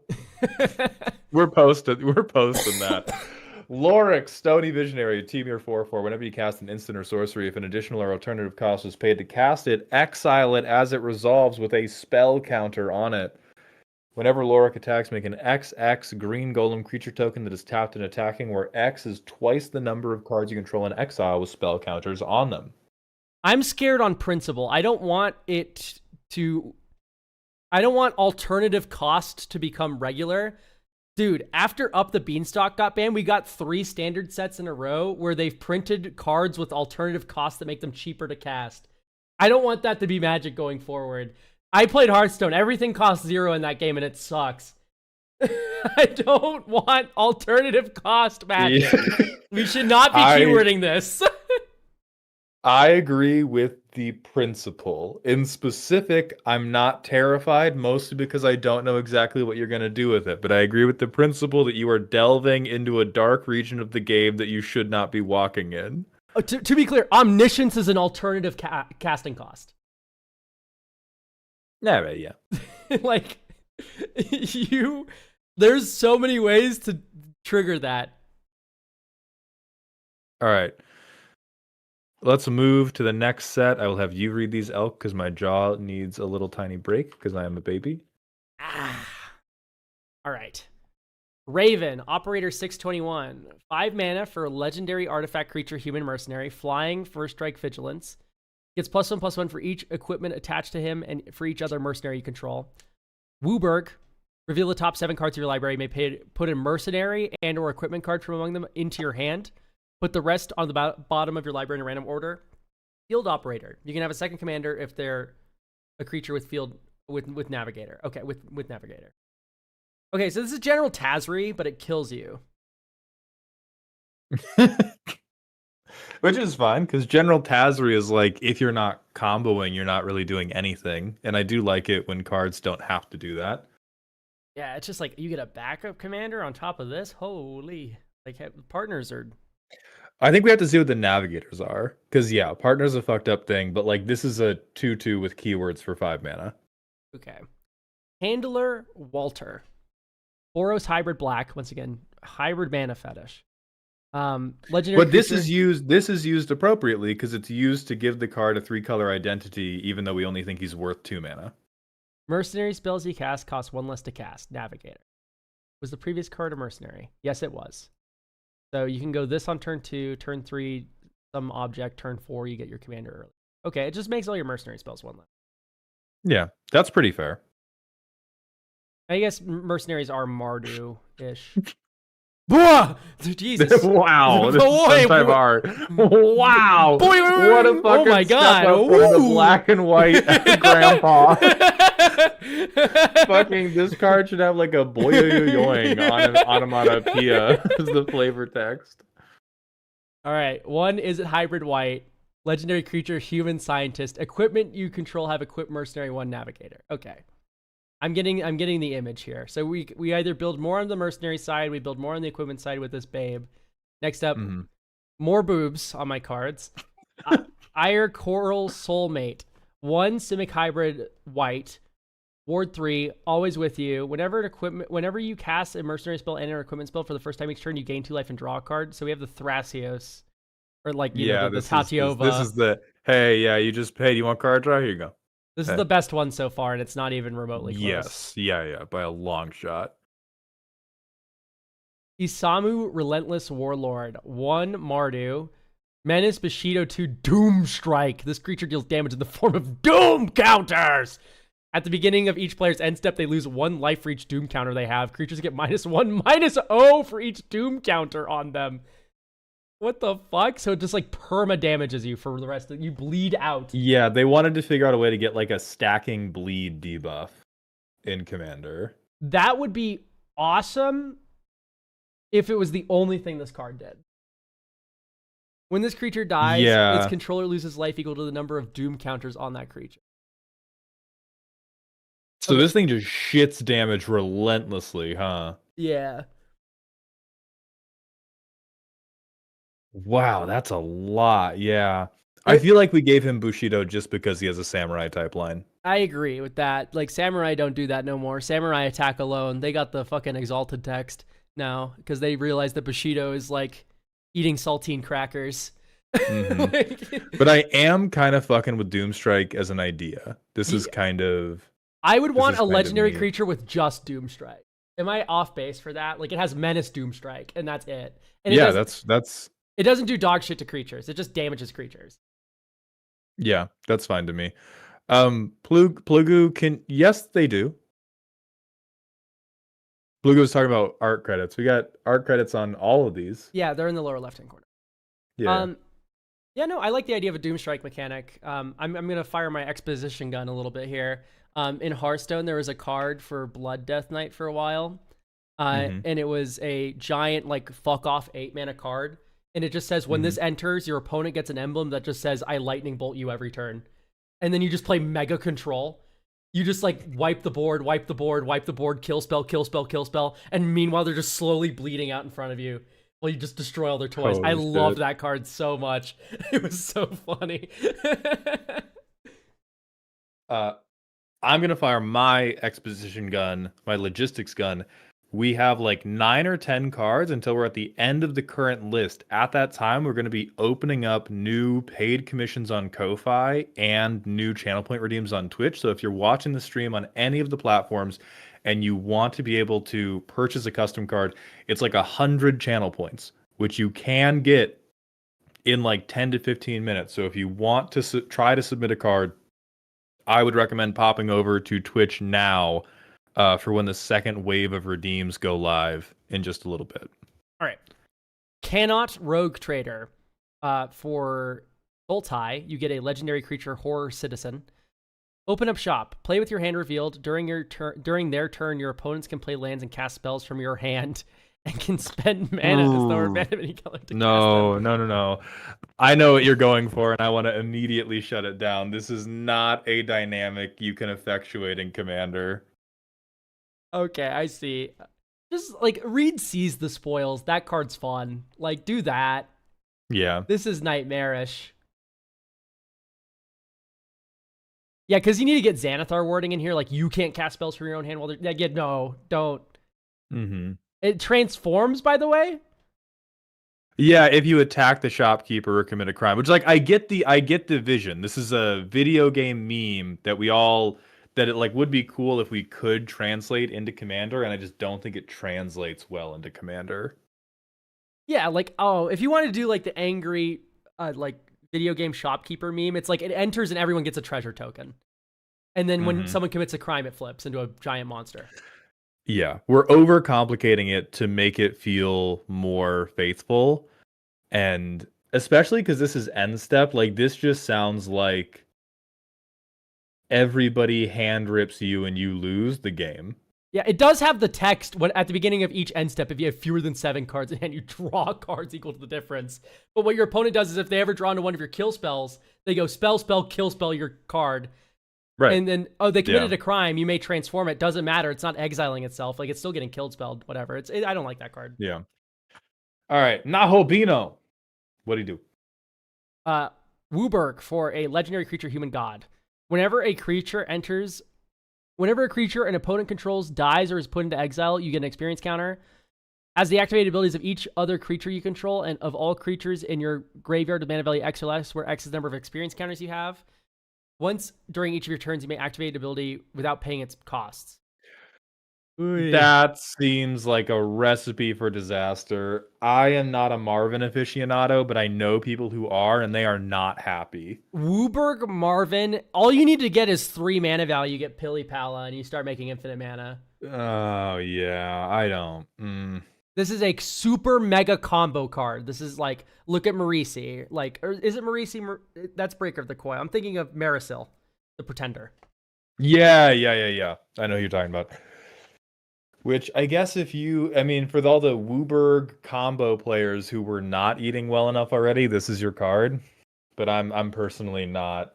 I do not like these kinds of cards where instantly the only reasonable thing to do is combo off. Do you like Devil May Cry, Mold? Never played it. Great, we're going into this one blind. Dante, Son Hell of Sparta. Yeah. 2 red, white, haste, 4/4. Whenever Dante attacks, attach an equipment to him. Then transform him if there are 3 or more equipment attached to him. Flips into Dante, Devil Trigger. Trample. Other attacking creatures you control get +1/+1 for each equipment attached to Dante. When Dante dies, you may attach any number of equipment attached to him to other creatures you control. This is how you do a flip card. It's very tame on the front. It flips. Bam! It does like something better, and it's based on what made it flip. And even cinema. that, it's not crazy. I win instantly, right? This is just a banner. Yeah, exactly. And if you kill my guy, I get a rebate value. I have life insurance on him because I get to reattach my equipment. I agree. This fucks. All this makes me understand about Devil May Cry is they like swords and they like fighting. Do I understand the media Dante now? likes weapons. That makes sense, and he turns into a devil. Great. Hell yeah. We've done it. Fuck yeah, Helios. Aw, Twitch. And yeah, Guy Hammer Glue indeed. And Helios, because you left a note about it, I will say, perfect example of a double-sided card that I would count as one submission. I would say if you had like one more ability, we would be talking about, no, this is 2 cards. For anybody that is like, oh, can I submit my double-sided card as 1, or is Mauld going to call it 2? This is a great example of a thing that I consider 1 card. The front half of Dante isn't uncommon. If one half of your double face card is like uncommon power level, I think it's 1 card. Yeah. All right, next, lore accurate Twitch. Twitch is hot. Sewer rat. Oh my god. That's not true. All right. 1/2 with mutation. Phyrexian mana, if you paid the real mana, he gets an infect counter. For X, black, and green, you can tap and double the number of poison counters or -1/-1 counters on each of up to X target permanents and or players. Twitch can't be blocked while attacking a player without poison counters. That is fucking exactly as annoying and fair as the real Twitch is. So hats off to you. I hate it. Doubling the number of poison counters on each opponent is really gross. That's awesome. Mm-hmm. That's very strong. Mm-hmm. That being said, it's like it's a 2-drop or it's a 3-drop if you want it to have infect, and then it just like you get death by shock. Like Yeah. I'm having a hard time calling this anything but fair. He's a rat. You step on him. He's a rat. You step on him. All right. Talk to me about this origin engine. Origin Engine. 6 mana, legendary artifact, indestructible. Whenever a non-token artifact enters the battlefield under control, put a charge counter on it. Tap, remove X counters from it. Add X mana of any combination of colors. If X is 3 or more, draw a card. X mana, so non-token artifact enters. So all of your Every day I thank God that we don't have Paradox Engine legal. Oh, for real? Oh my god. But so in a world with no Paradox Engine, it's probably fine for being 6 mana. This says all of your artifacts cost 1 less, like retroactively. Yeah. And that's for 6 mana. And we get that Yeah. on like 2 drops. And then sometimes this draws a card. The big thing is like hide on the ceiling is like, exile all these artifacts, then return them. Right? You can do like mass exile and enter stuff, but I don't even think that's that broken for a 6 mana artifact. Honestly, this might be fine at 5. Don't say that. They don't deserve anything. But you're That's good true. at 6. You slide at 6. All right, next we have Stupid Pun, the Talking Stick. A 1-mana green artifact equipment. Whenever a equipped creature deals combat damage to a player, that player cannot cast spells until that player's next upkeep. Equip 1 or equip beast 0. This is a white effect. Yeah. I know it's green because green players get mad at it, but this is a white card. This is a white card. There is like 1 B that does it in green, but like that's not a precedent for this being a green ability. Mm-hmm. It's not quite repeatable silence, actual milk, but yeah. All right. It's close though. It's a dumb pun card. I think this is actually like really fucking good. Yeah, it's definitely decent. Because you lay this down and then you just do all of your stuff in main phase 2. Yeah, you do. After you've hit the blue player. Yeah, but like it doesn't give a stat buff. Like I'm thinking of like Conqueror's Flail, right? Oh, that's true. Yeah. But Conqueror's Flail, isn't that not? Conqueror's Flail costs a little. Oh, it's 2 mana. Okay. Yeah, someone mentioned Hope of Gearper. Hope of Gearper. It's not Heart of Gearper, by the way. Hope of Gearper, you hit someone, they can't cast spells until your next turn. So non-creature spells until your next turn. This says you're silenced for my turn. Okay, yeah, then that's totally fine. Razakon, Thief of Power. A Mardu 3/3. Whenever an opponent casts a spell, add red. This only triggers during an opponent's turn. Whenever an opponent activates ability, if it's not a mana ability, add white. Only during an opponent's turn. Whenever an opponent draws a card, add black. This ability only triggers during an opponent's turn. Oops, all instants, right? Just right. Yeah, the idea seems cool in a background. In a vacuum, the decks that you make out of this deck card seem horrifying or just super annoying. On top of that, it's just so awkward. Like I draw a card. Okay, I make a black mana. I don't have a 1 black mana instant, but I made it, and now it's fizzling out of my mana pool. I mean, you have credit to you. You have made a way for Night and Day to become the second most hated mechanic in Magic. Yeah, this is. But yeah, it's awkward. It's a cute idea. It's a cute idea. I don't think it functions as well as we want it to.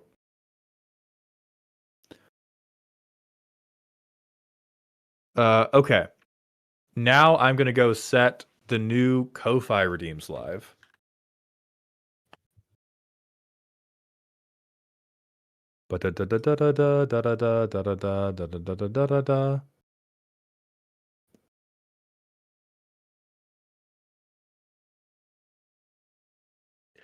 And then just so that everybody is aware, I'm going to set these live. These are going to be broken.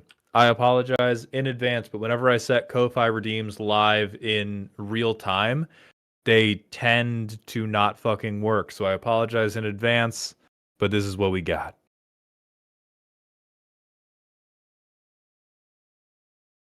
Okay, those are published. I'm throwing the link into Twitch chat. I am publishing the one-offs because right now the pack of fives were live. And then after I publish the one-offs, we are going to publish the channel point redeems.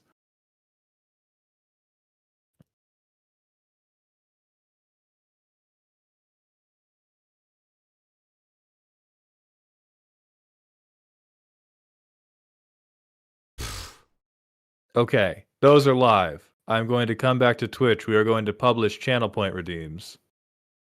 Alec, probably not.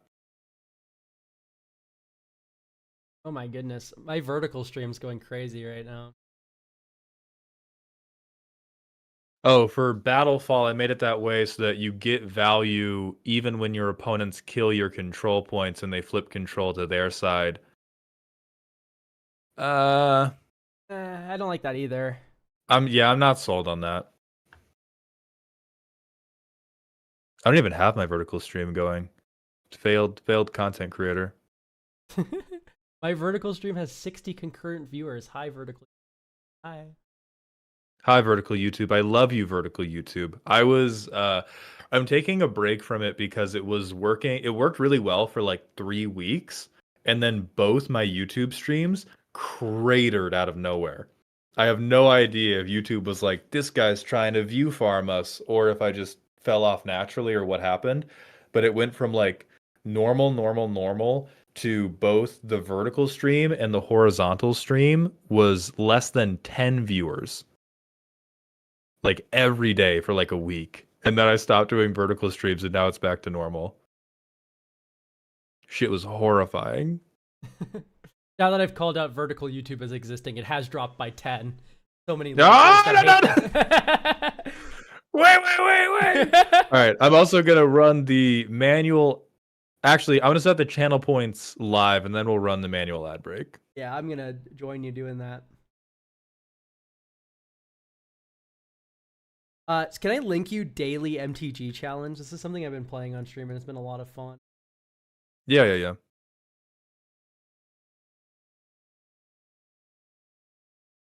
So it's like Pokidoku.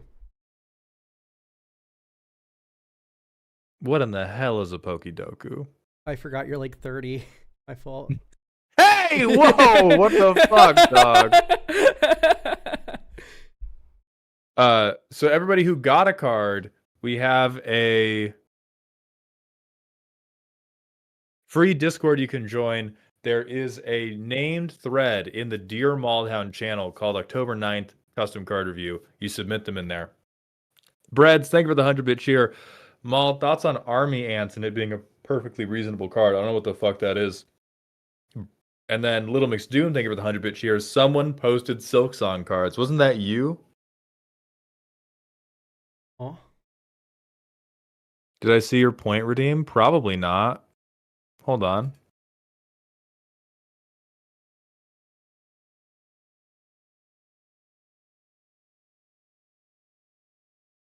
Scuff Dice. Thank you for being the first tier 1 of the stream. God bless you, Scuff Dice. I love you, Scuff Dice. So anyway, this daily MTG challenge, it's a grid, and you have to like name a card that fits into the two like grid objects. So like white, mana value 5, creature 3 power. That's the top leftmost. And God, I'm like blanking on like a white 5 mana value 3 power creature. Hold on. So Little Mix Doom, you're saying they posted. Oh yeah, for a game that just came out. Okay. Yeah. Hold on. I think Aerial Extortionist. Oh, I've already fucked up. I'm policing Silk Song spoilers. Hold on. Oh, understood.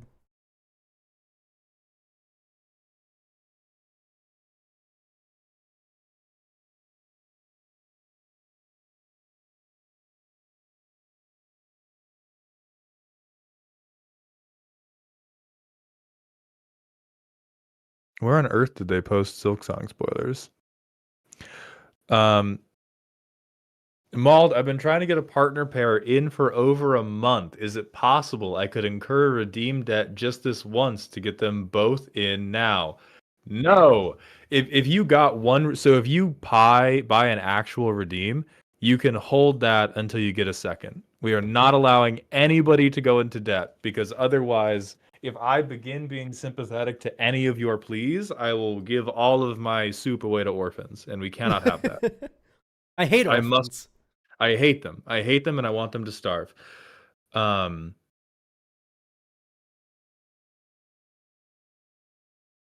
no. If you again, if you have, yeah, we cannot do deficit spending in the points economy when the points economy is already extremely generous.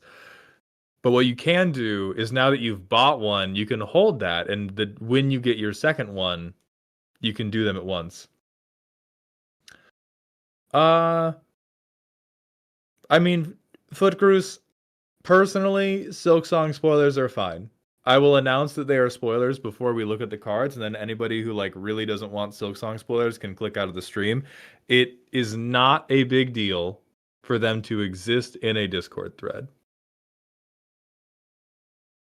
Right, no, like you got one redeem. So you can hold that one redeem until you get a second, and then you can post those two at once. I will allow that redeem to be redeemed on a later stream once you get your second, but there is no going into redeem debt. I see Majra typing and I'm terrified. But can a Hollow Knight get it? Absolutely not. He's a little fucking bug. Yeah, no, I agree. That guy's like 1 inch tall. What is he doing to me? That's what I'm saying, man. That's what I'm saying. Are you ready to start talking about cards? Or I'm so ready. Yeah. Hold on. Let me get back to this shit.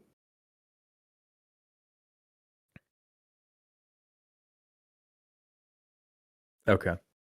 Tell me about Project X7. Project X7, 3 black red legendary creature Phyrexian villain. Are we gonna have to put villain on every Phyrexian that ever gets printed? We do have to. Are they a bad guy? They're a villain. Like, I hate villain hero. Anyway, first strike menace for a 5/4. When Project X7 enters the battlefield or attacks, each player mills 3 cards, and when it dies, incubate X, where X is the number of creature cards in target player's graveyard. It's just a dude that shits out a dude. Like, yeah, dope. Wildly fair. Wildly fair, yeah. Wildly fair.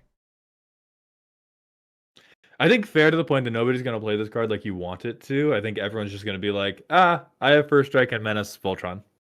Yeah, exactly. Festering Birthing Pod.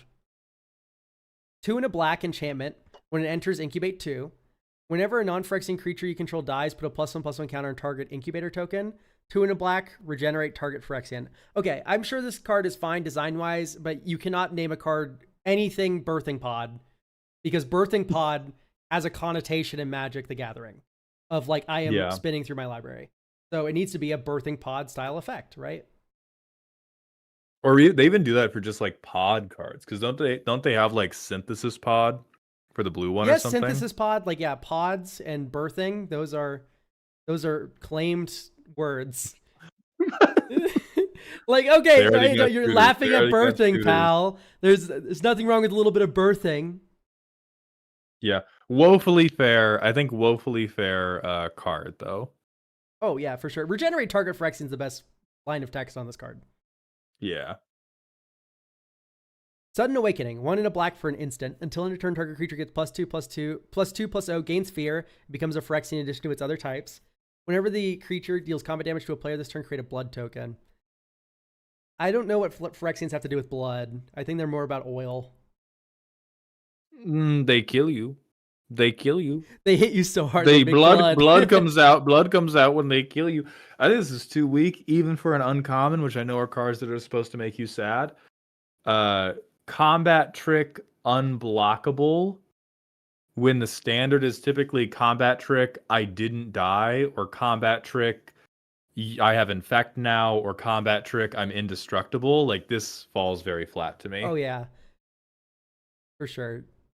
Okay. Invasive Ichor, 2 black-red. As an additional cost to cast the spell, sacrifice a creature. Gain control of target non-legendary creature. Untap that creature. It gains menace and +X+0, where X is the sacrificed creature's power. You may cast this card from your graveyard by paying 4 black-red in addition to paying its mana cost. Oh, it's an aura. I thought this was a creature. It looks creature-ish, but no, I get what you mean now. So this is Rakdos steal permanently. Yeah, so black does do that sometimes, and this does, like, sacrificing a creature to do that does feel black. It is on a blue card as well, but I do think black could do that, theoretically. That seems like such a good effect that I don't like that I can recast it for the entire game. Yes, and the menace and +X+0, where X is the sacrificed creature's power, you can't track that permanently because you've sacrificed the creature, and then it's like the +X+0 is my issue. Like, that's not something you can track unless you've exiled the card. All right, Anol, God of Deals. Black, black, red, red. Legendary creature god. At the beginning of your upkeep, roll 2 6-sided dice, then choose target opponent. Starting with your opponent, as many times as they want, they may exile the top card of their library. For each... why are we rolling 2 dice then? To do it. For each player, if the total mana value of cards exiled this way is closest or tied to the number rolled without going over, they make... so it's blackjack. They can cast any number of those cards without paying their mana cost. So you're playing blackjack with an opponent. Okay. I like that. This is fun. It should be worded better, but I'm not the grammar police. So.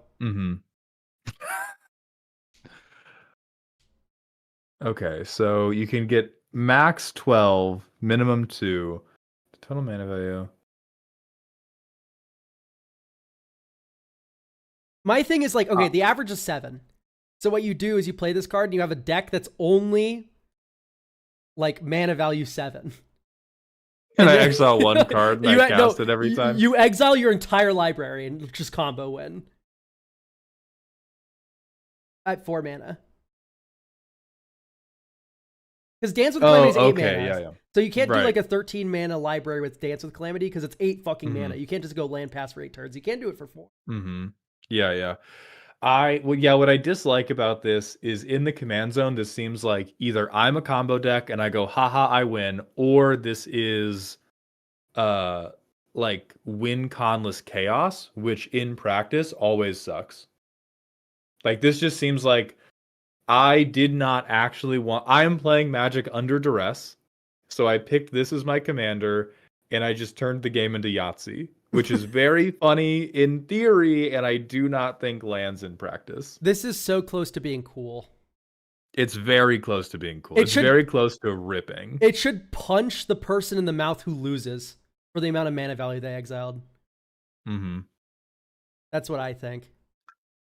So like you greed off with an opponent, and whoever wins, wins hard, and whoever loses, loses life.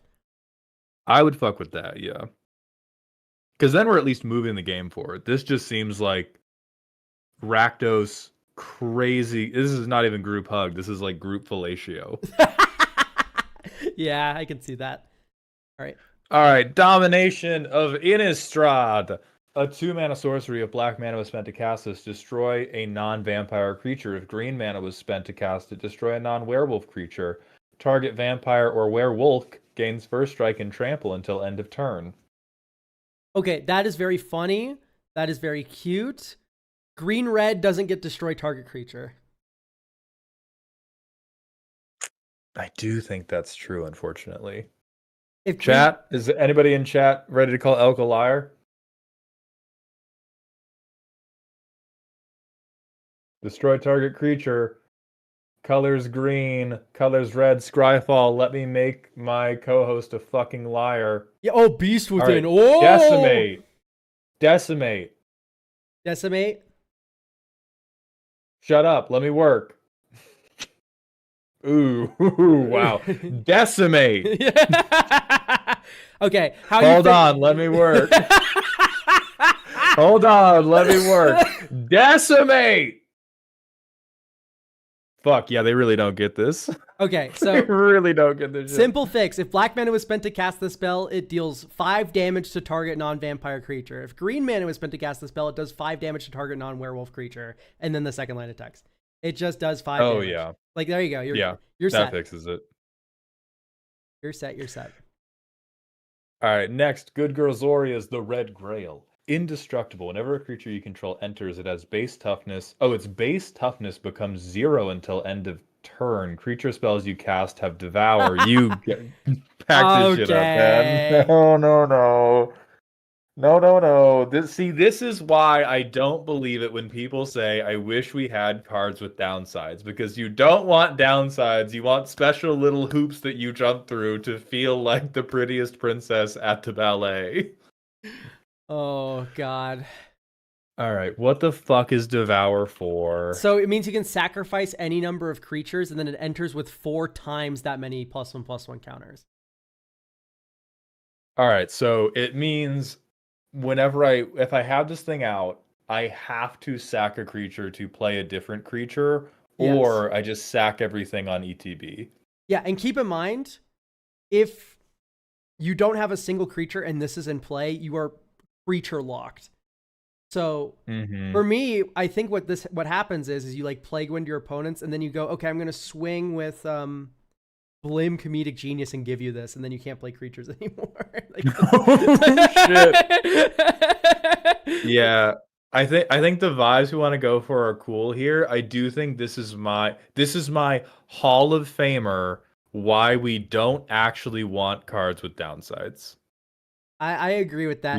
We don't actually want them. This is chaos gamer bait. There's like a horseshoe where like a card is shit enough to own that you want to give it to someone else, like bad gift it. And then there's a card is so complex and weird enough that you bad gift it because these people don't like reading the cards. Like that's the horseshoe of bad gifts. All right.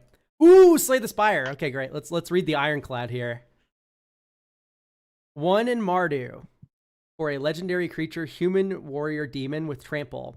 Your +1/+1 counters give +3/+0 instead. I'm fucking with it. Holy fuck. The first time you discard a card each turn, put a +1/+1 counter on a creature control. That references Slay the Spire. That's what he does.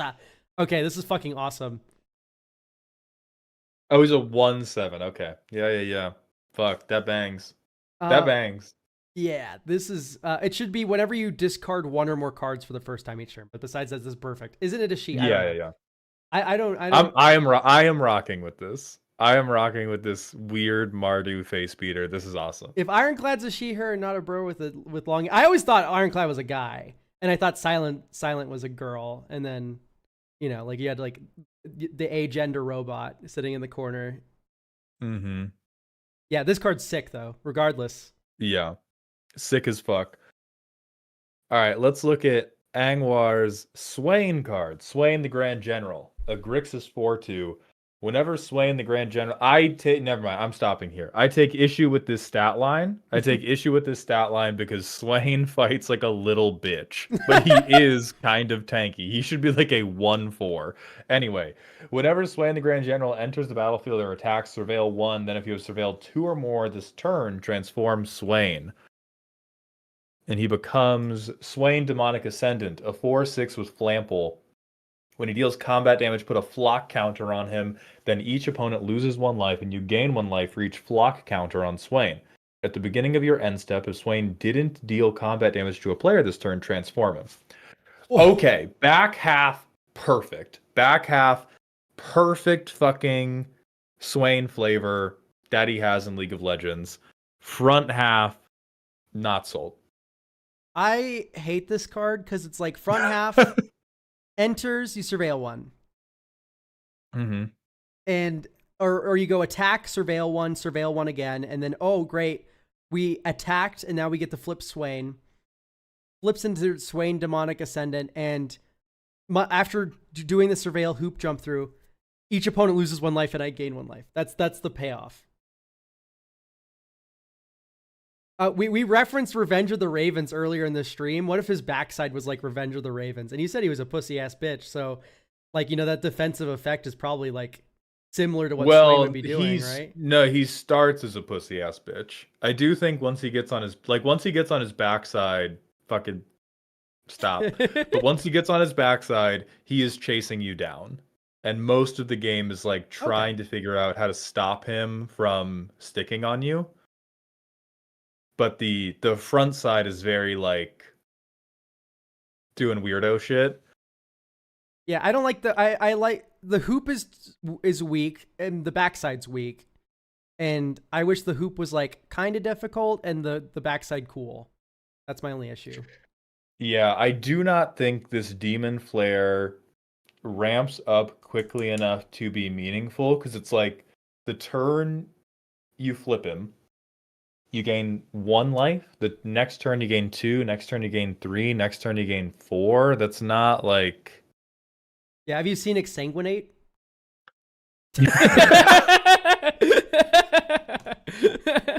So true. All right. Whitebread is resubmitting Lava Cavern Bat. I'm going to let you read this. 1 black-red creature bat with the land border for some reason, by the way. Flying, when this creature enters, choose target opponent reveals their hand. You choose a non-land card from it and exile that card until this creature leaves. When this creature deals combat damage to a player, create a copy of the card exiled by this creature. You may cast that card. A deck may have any number of cards named Lava Cavern Bat.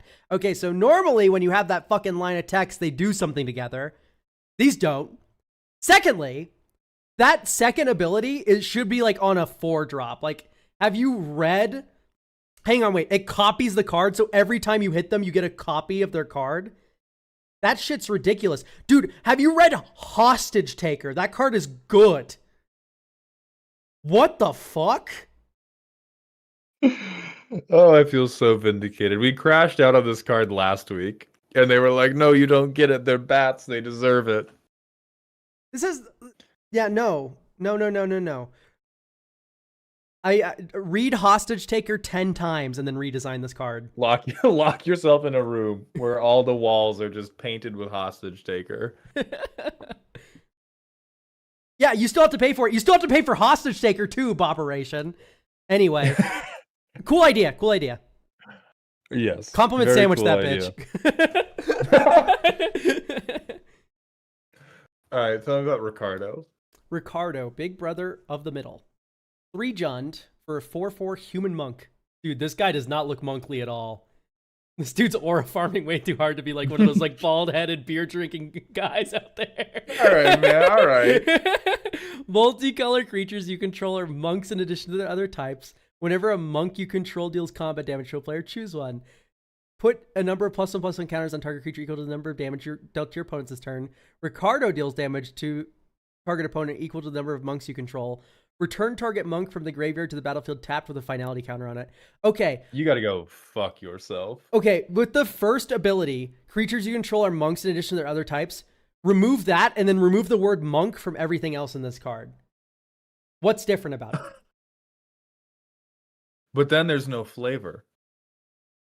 Elk, how am I supposed to get flavor of the thing I was making an adaptation of if I don't pick a creature type in the game and just make everything that creature type and then make them do things? This is like if Impact Tremor said all of your creatures are goblins, and then whenever a goblin enters, it does 1 damage to each opponent. Like, it doesn't fucking matter.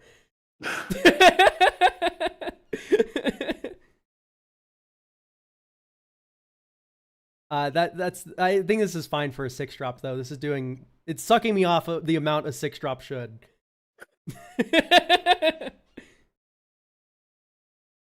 Yeah. I agree with that.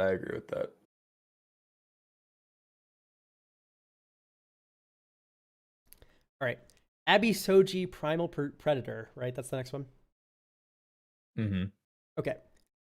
2 and Teamer. Legendary creature, Shark, Dinosaur, Mutant.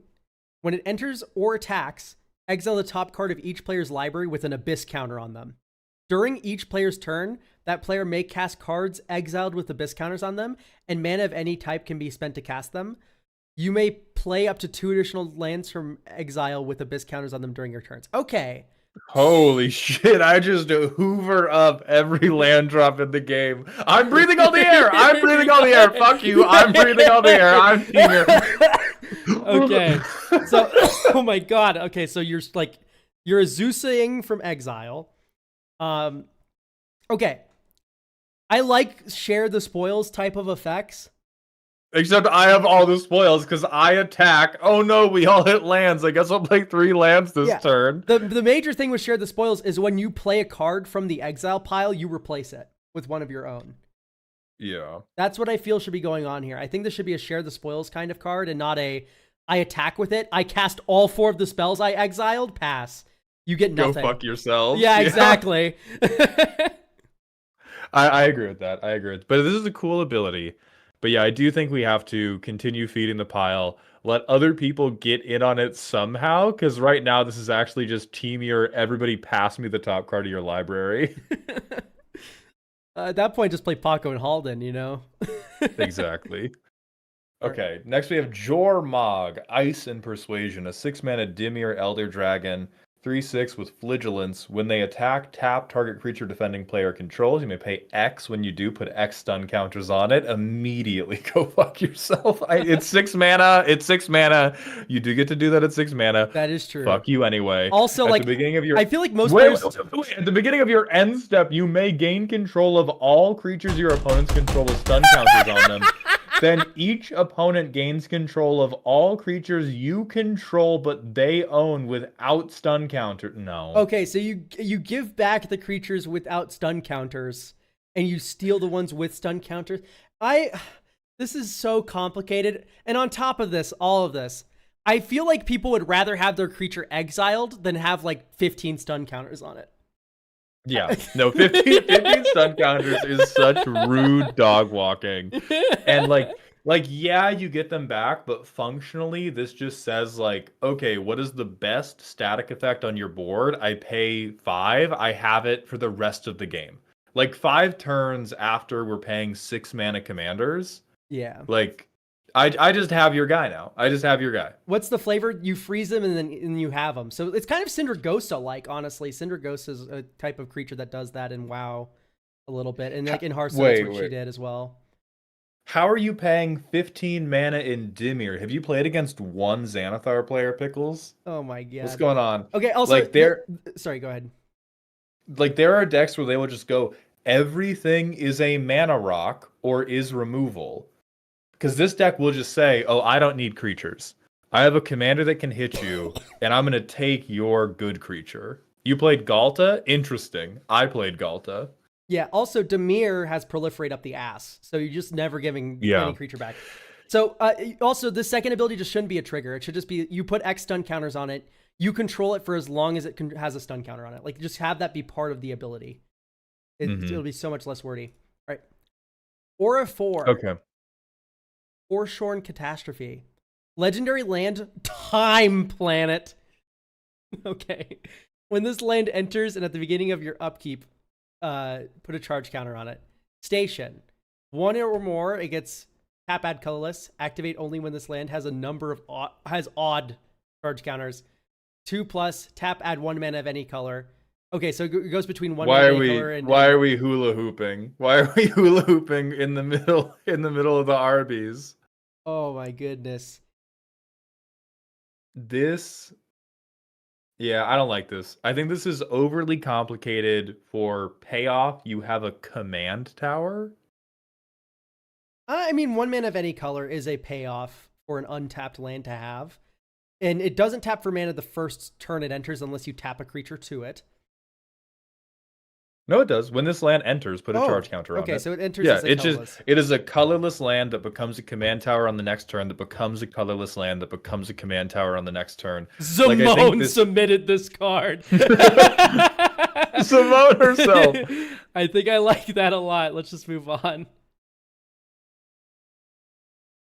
All right, next we got Pedgman's Don't Blink. Sakuya, Dangerous Illusionist.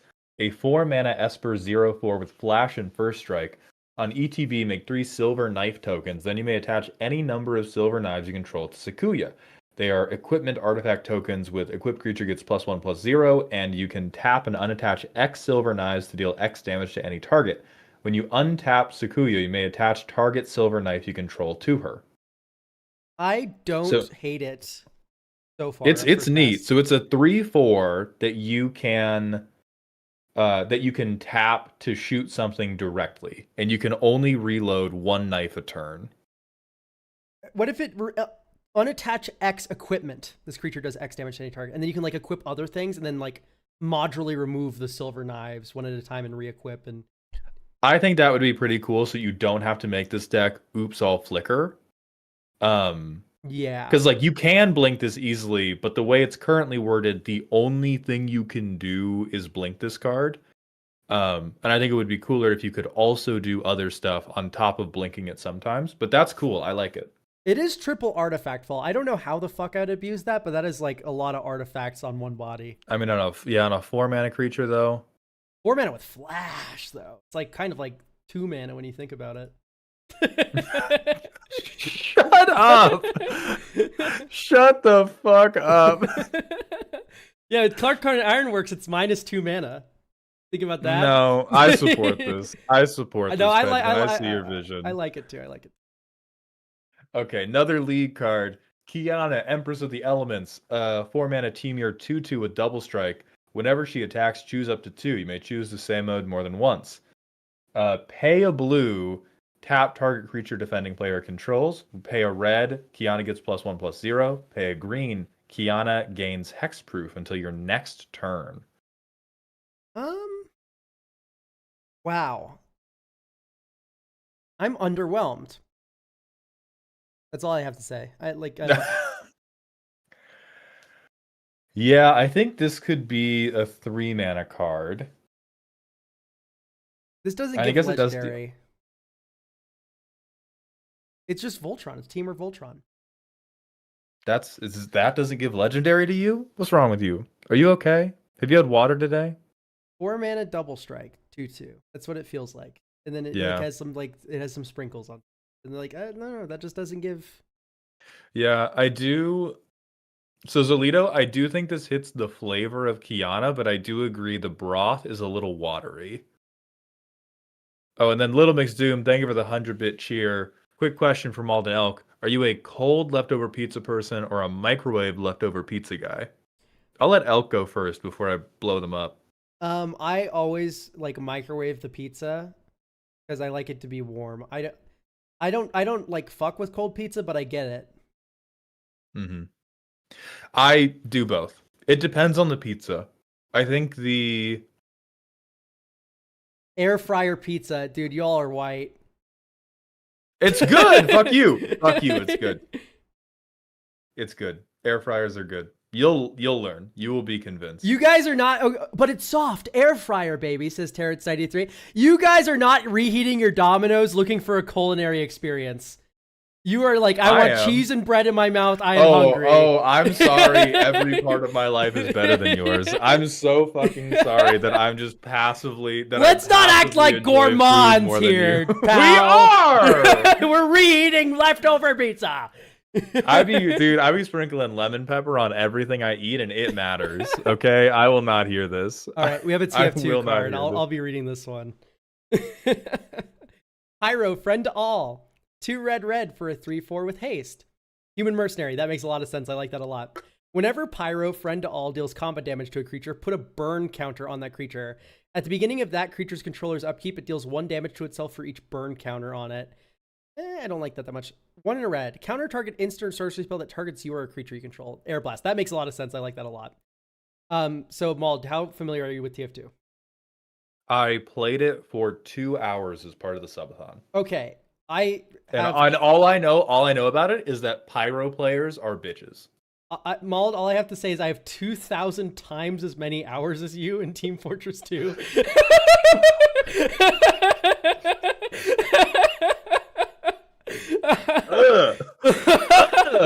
That's not right. That's not appropriate. What are you doing? I have.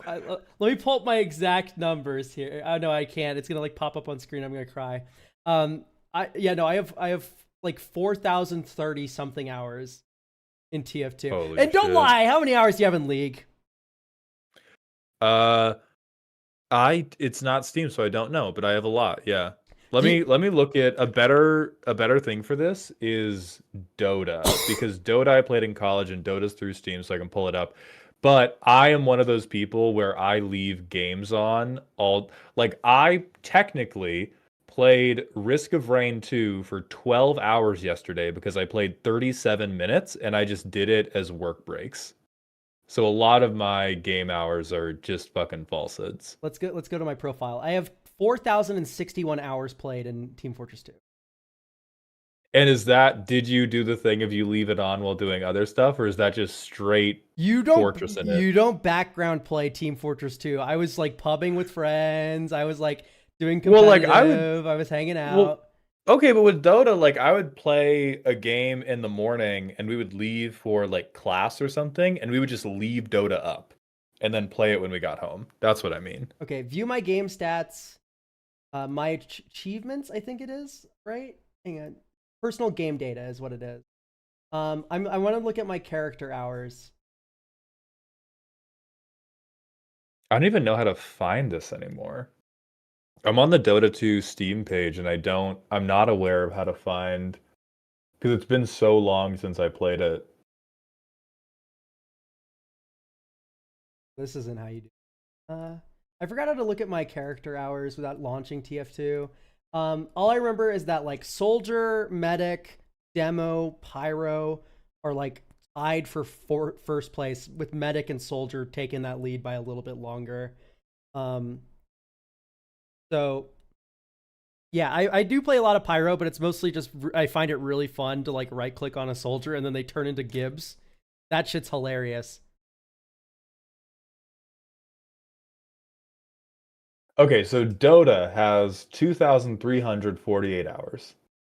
Yeah, And that is yeah, and that is quite a lot of turn it on in the morning, go somewhere, turn it off. yeah. Air Blast should maybe change the target of a spell instead of countering it. Because Air Blast, when someone shoots a projectile at you, Mauled, and you're playing Pyro, you can right click in time and reverse it and turn it back at them. Oh, then yeah, that should be a bolt bend rather than a counter. Yeah, I would like it if Air Blast was a bolt bend and it was like a triggered ability. Like whenever Pyro becomes the target of a spell or ability, you may pay 1 in red if you do flip it. Okay, and whenever it does combat damage to a player, put a burn counter on that creature. Deals combat damage to a creature, put a burn counter on that creature.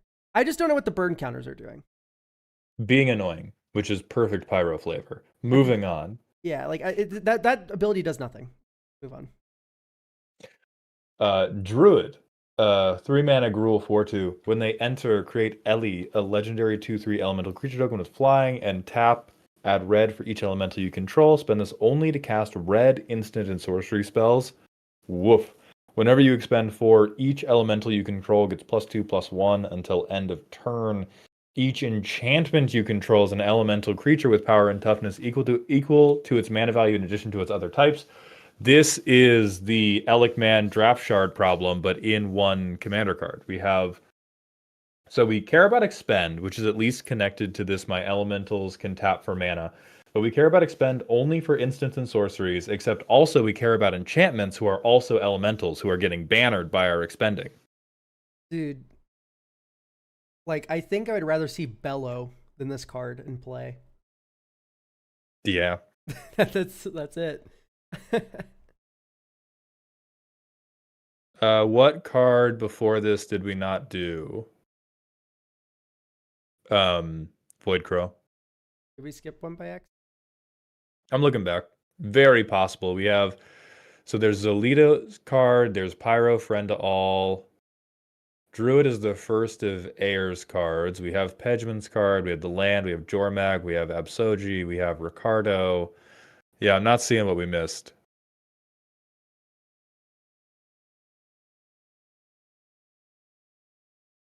World Soul? That is after this.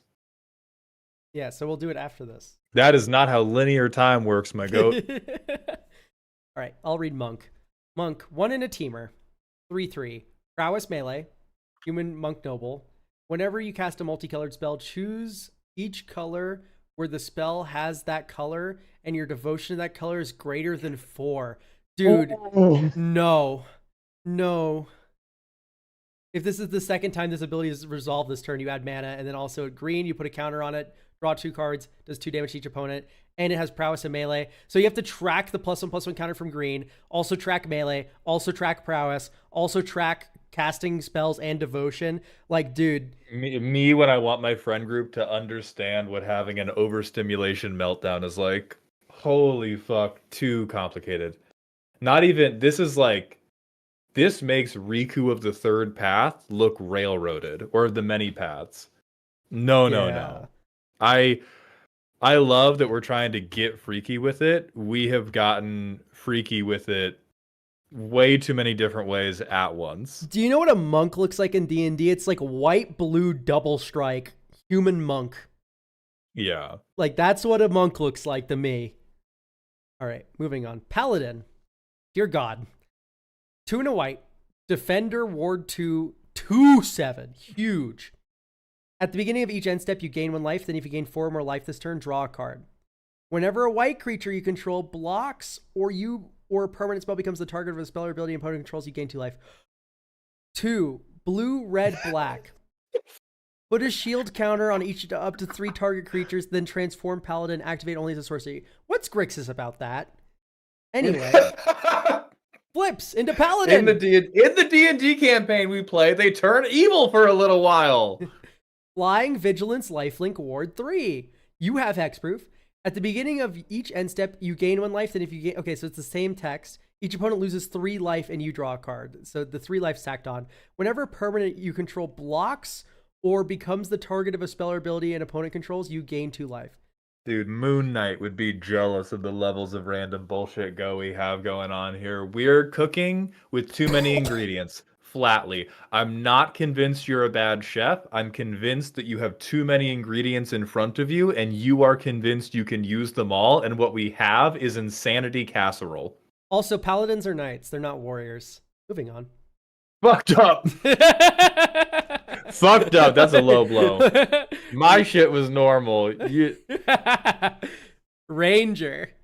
Jund for a legendary creature, Dog Ranger. Haste and fucking Rampage, a mechanic we haven't seen in 20 years.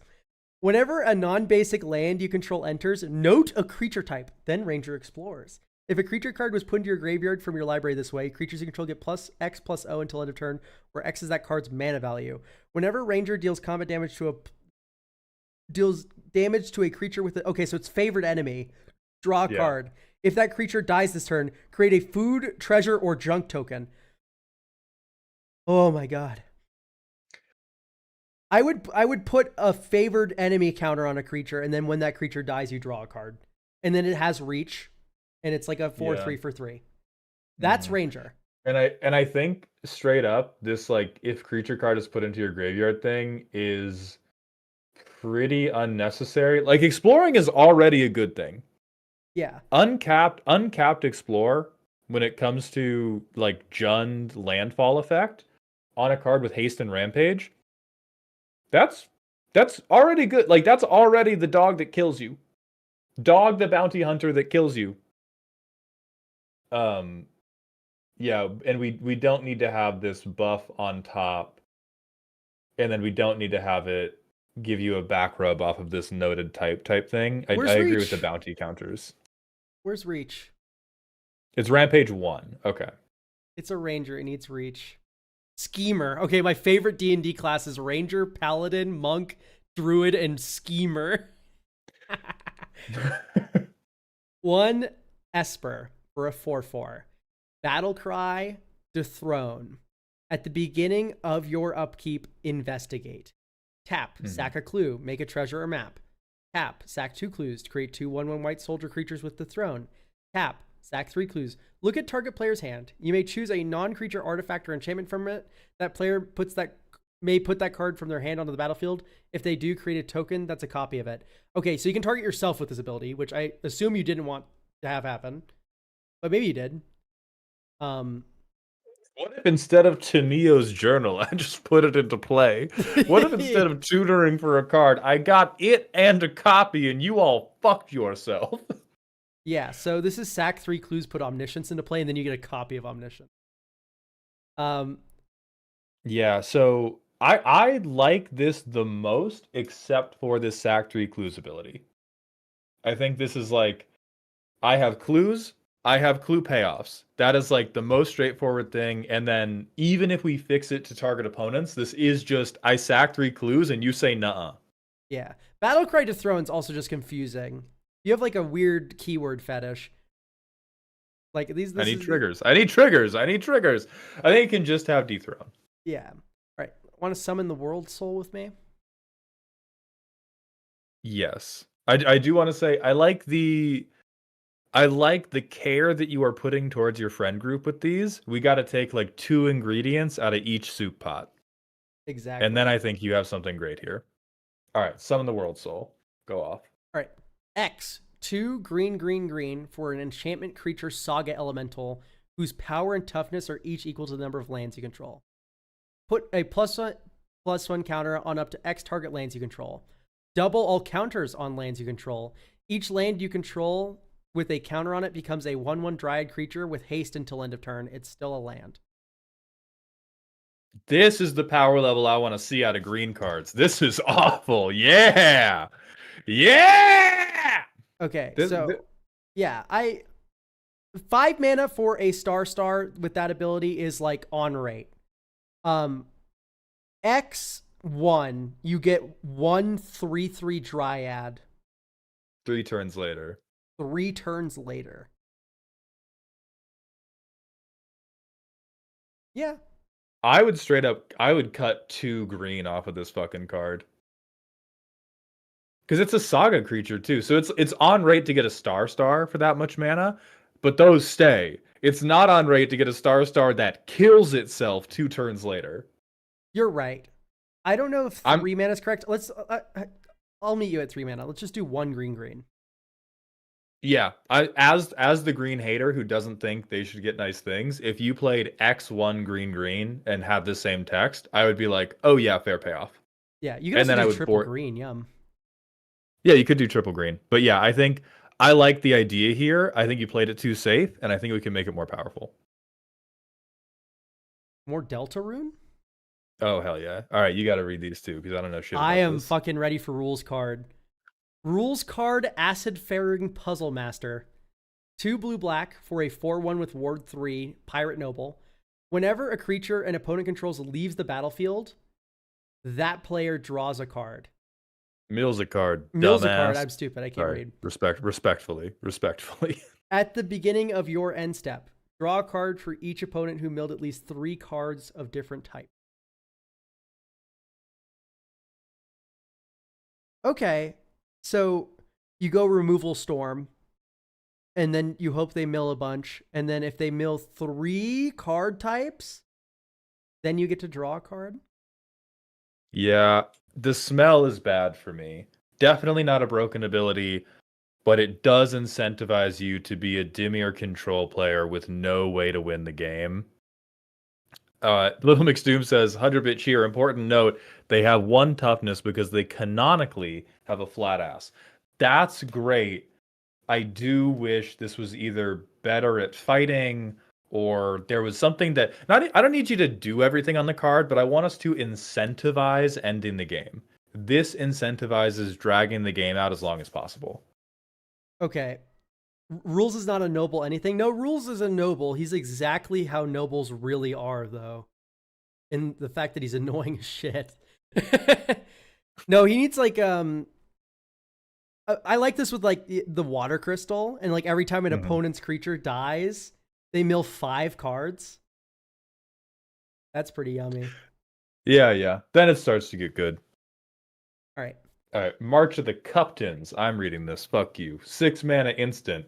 Make 4 1/1s with lifelink. If it was cast from a graveyard, make those tokens and a 4/4 elemental with flying and vigilance, and it's harmonized for 8 mana. That has to be flavor, because that seems fair.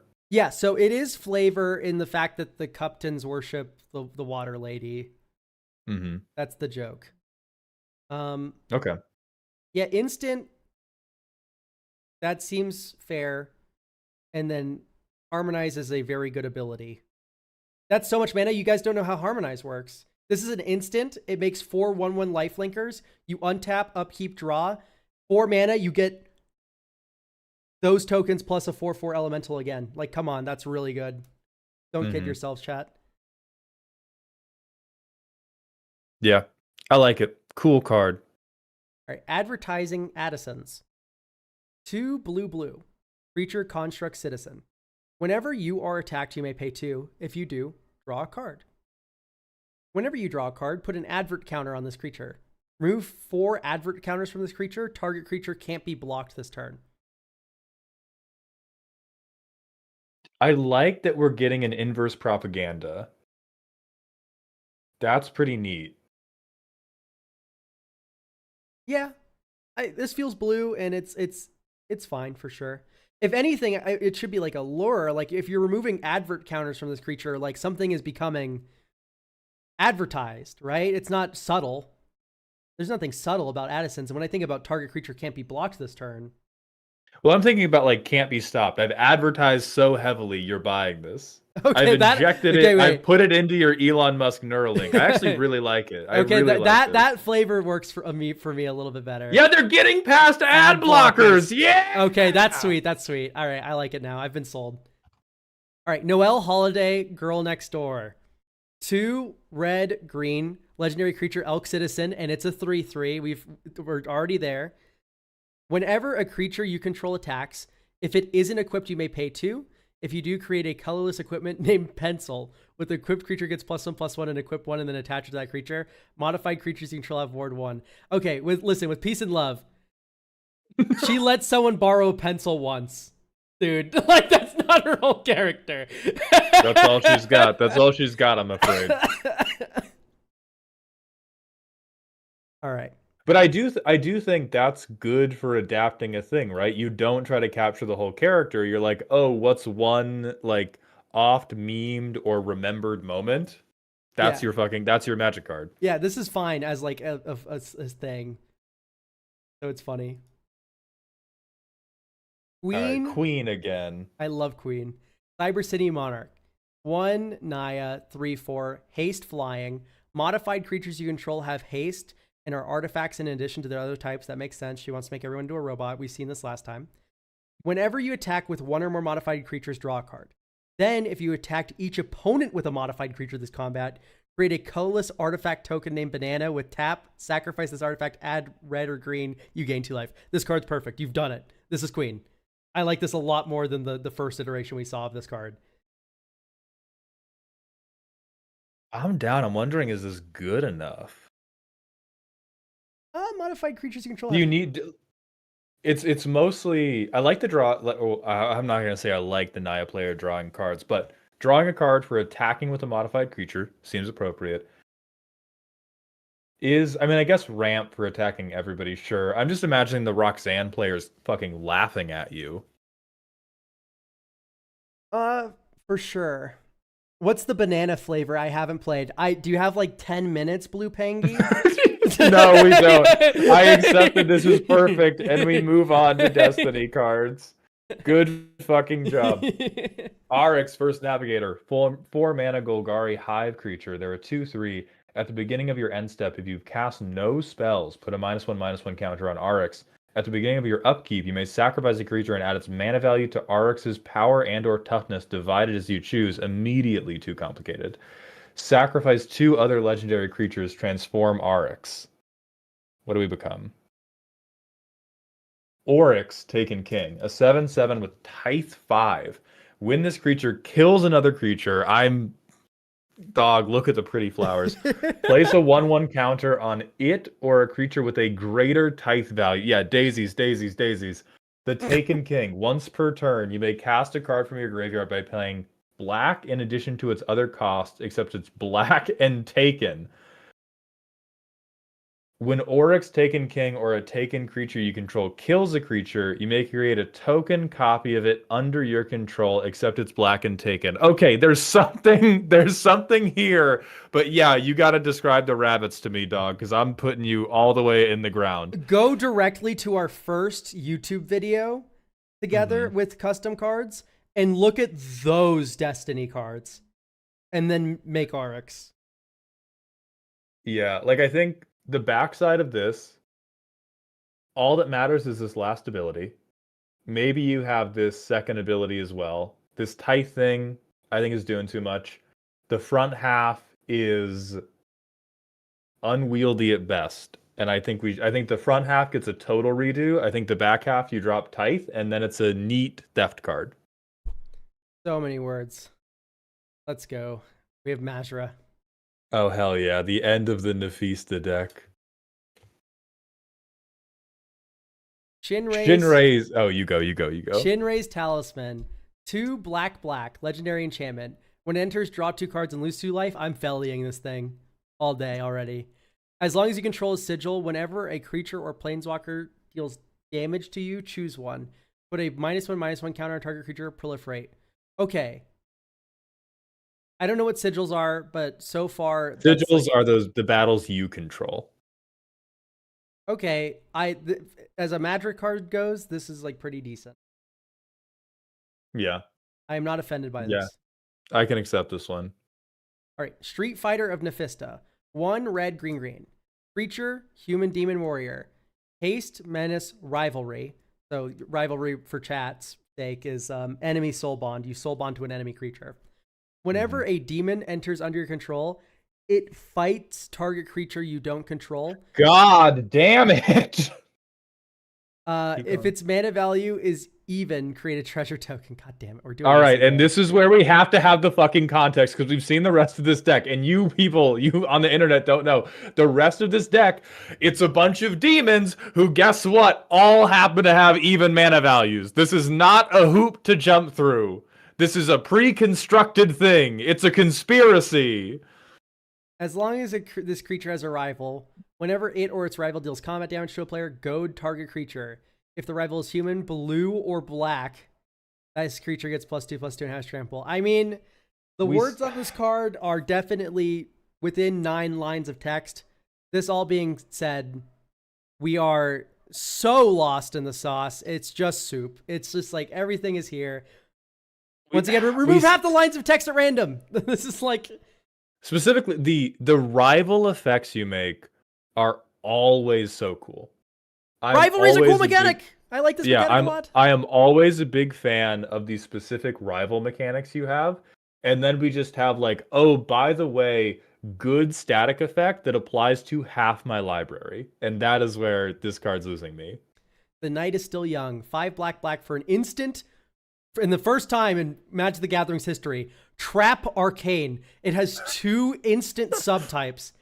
If a creature and its rival left the battlefield this turn, you may pay 3 rather than pay the spell's mana cost. Each player mills cards equal to the highest power among creatures they control.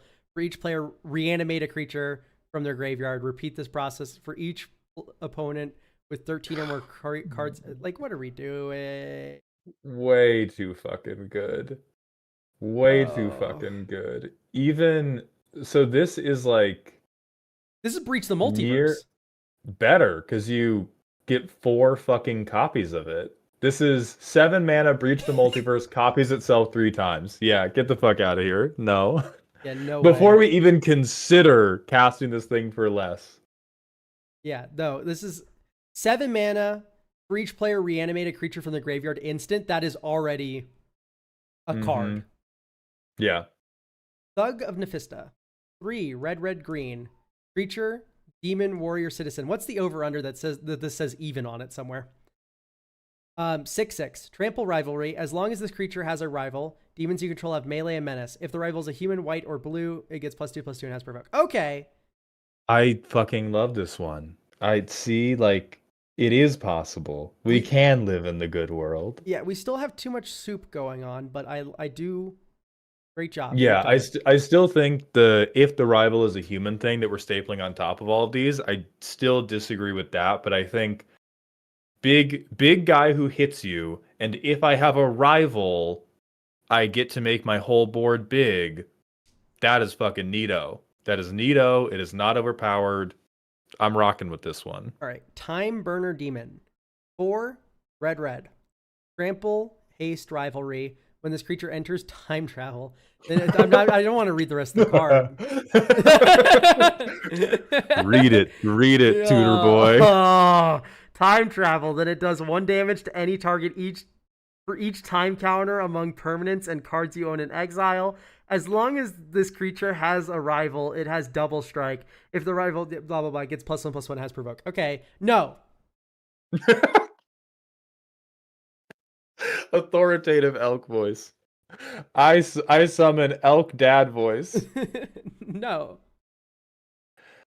Onion, so the time counters, you haven't seen this stream, but this is another thing where the deck is doing a bunch of stuff with time counters.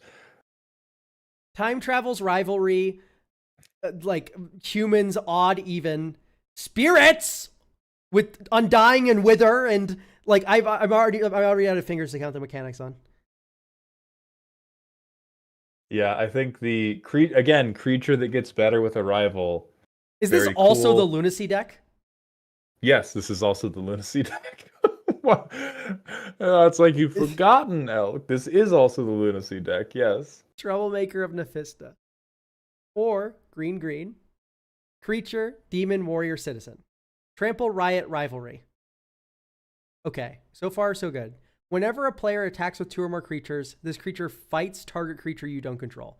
Okay, we're getting a little questionable. As long as this creature has a rival, it has vigilance and retaliate. Okay. Excess damage to attacking creature will block. Yeah, so it's retaliate is... It's tantrum. Sure, yeah. It's blocking trample. And then +2/+2. Again, I think the +2/+2 is just tacked on for an additional fake hoop to jump through. Like the environment is controlled. These are not if effects. These are just things I get every time I sit down to play the deck. Let's move on to Underworld Vengeance. 2 black for an instant. Destroy target creature or planeswalker. Any number of target players' mill cards equal to that mana value. Time travel, foretell. Dude, it's like a 1-2 punch. Are you fucking... And the foretell is just directly making it... I mean, I think foretell does that sometimes. I don't think that's unreasonable for foretell. To just be like, hey, you pay half the card now, half the card later. Oh Yeah. God, I opened 2 tabs. Yeah, pay 2, foretell it. Future turn, you get to cast it, but it's an instant, so... Yeah, this... You just get to installment plan your kill spell, which is probably fine. Mm-hmm. All right, Undying... Yeah, that seems okay. Undying Rivalry. 1 black-red, sorcery arcane, has flash as long as you control 3 or more demons or spirits. Okay, we're cooking. You reanimate target creature card with rivalry from your graveyard. An opponent of your choice can reanimate a creature from their graveyard. And it works because it has the rivalry. And you get to rival that person. That's cool. Great job. Just make a rivalry precon. Just have rivalry in this card, and I'd be so happy. I'd be so happy. This is so cool. Hell yeah. This is toxic yaoi, and I love it. You've done it. All right, next we got Foot Gruses. Okay, this is going to be Silksong spoilers via cards because it's bosses. So if you're playing Silksong and you're bad at it and you haven't beat any of the bosses yet, cover your eyes, cover your ears, get down. Okay, Footgoose has a Shurima profile picture, so these are bound to be good. Okay. Do you know anything about Silksong, Mald? I played 30 minutes of it before realizing people weren't going to watch because they didn't want spoilers. Okay. I know the premise of Silksong. 2 black, green. Legendary creature, insect frog warrior. I think he should be a shaman personally, but moving on. Flying infect. Whenever girl attacks, exile a creature card from your graveyard. When you do, choose one.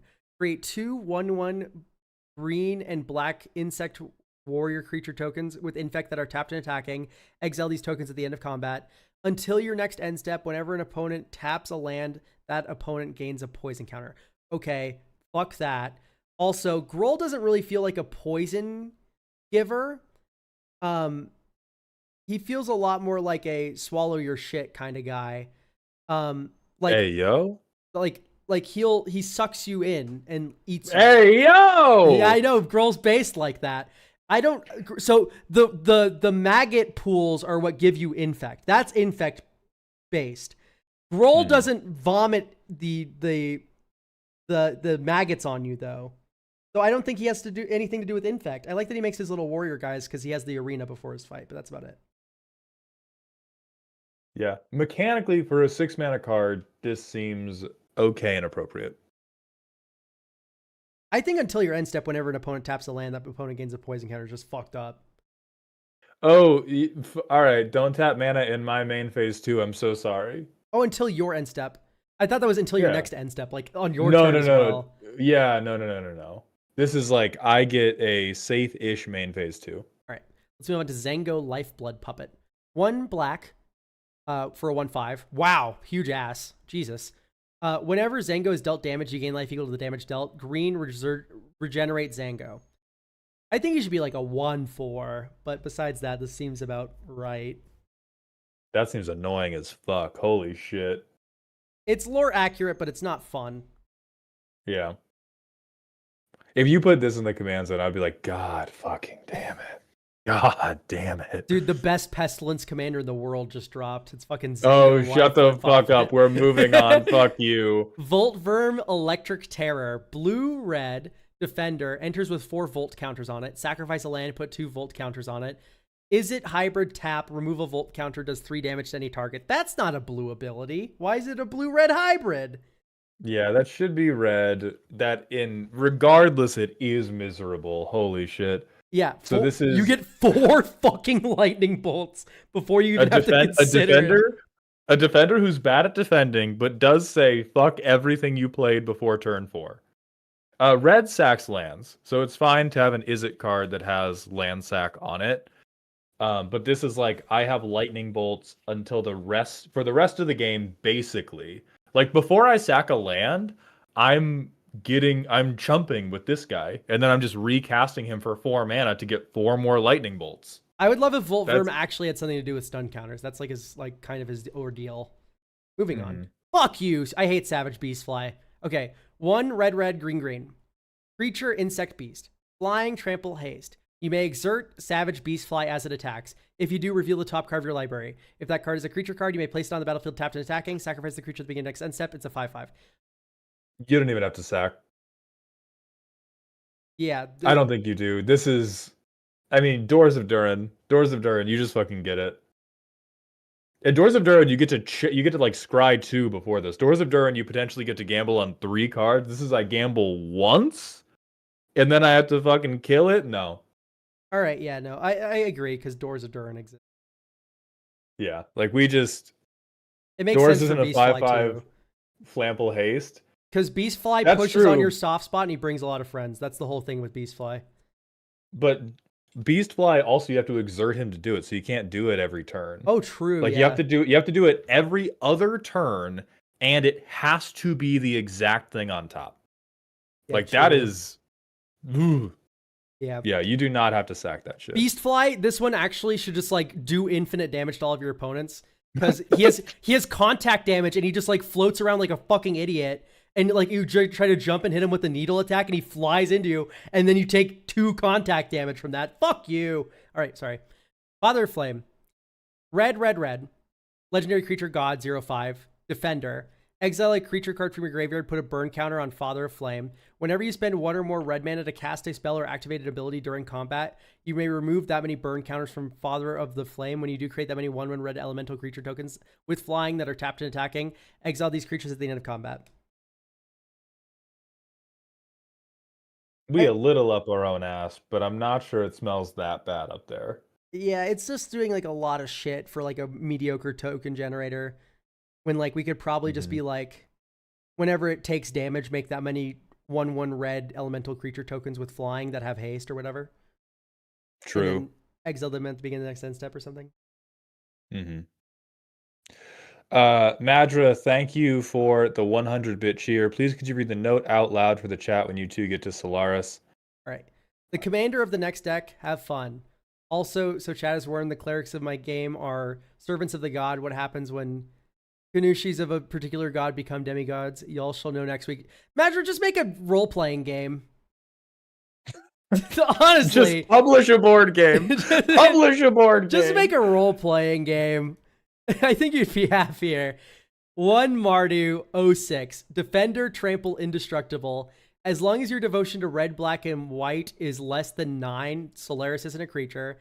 Each creature you control with Defender assigns combat damage equal to its toughness rather than its power and can attack as though it didn't have Defender. Whenever a creature dies, if non-combat damage was dealt to it, draw a card and lose 1 life. Okay. I think this is fine. Yeah, so we have I get to be a Butts commander. I am running every sweeper in the goddamn game. Yeah, Blasphemous Act does just draw you 13 cards, but Yeah.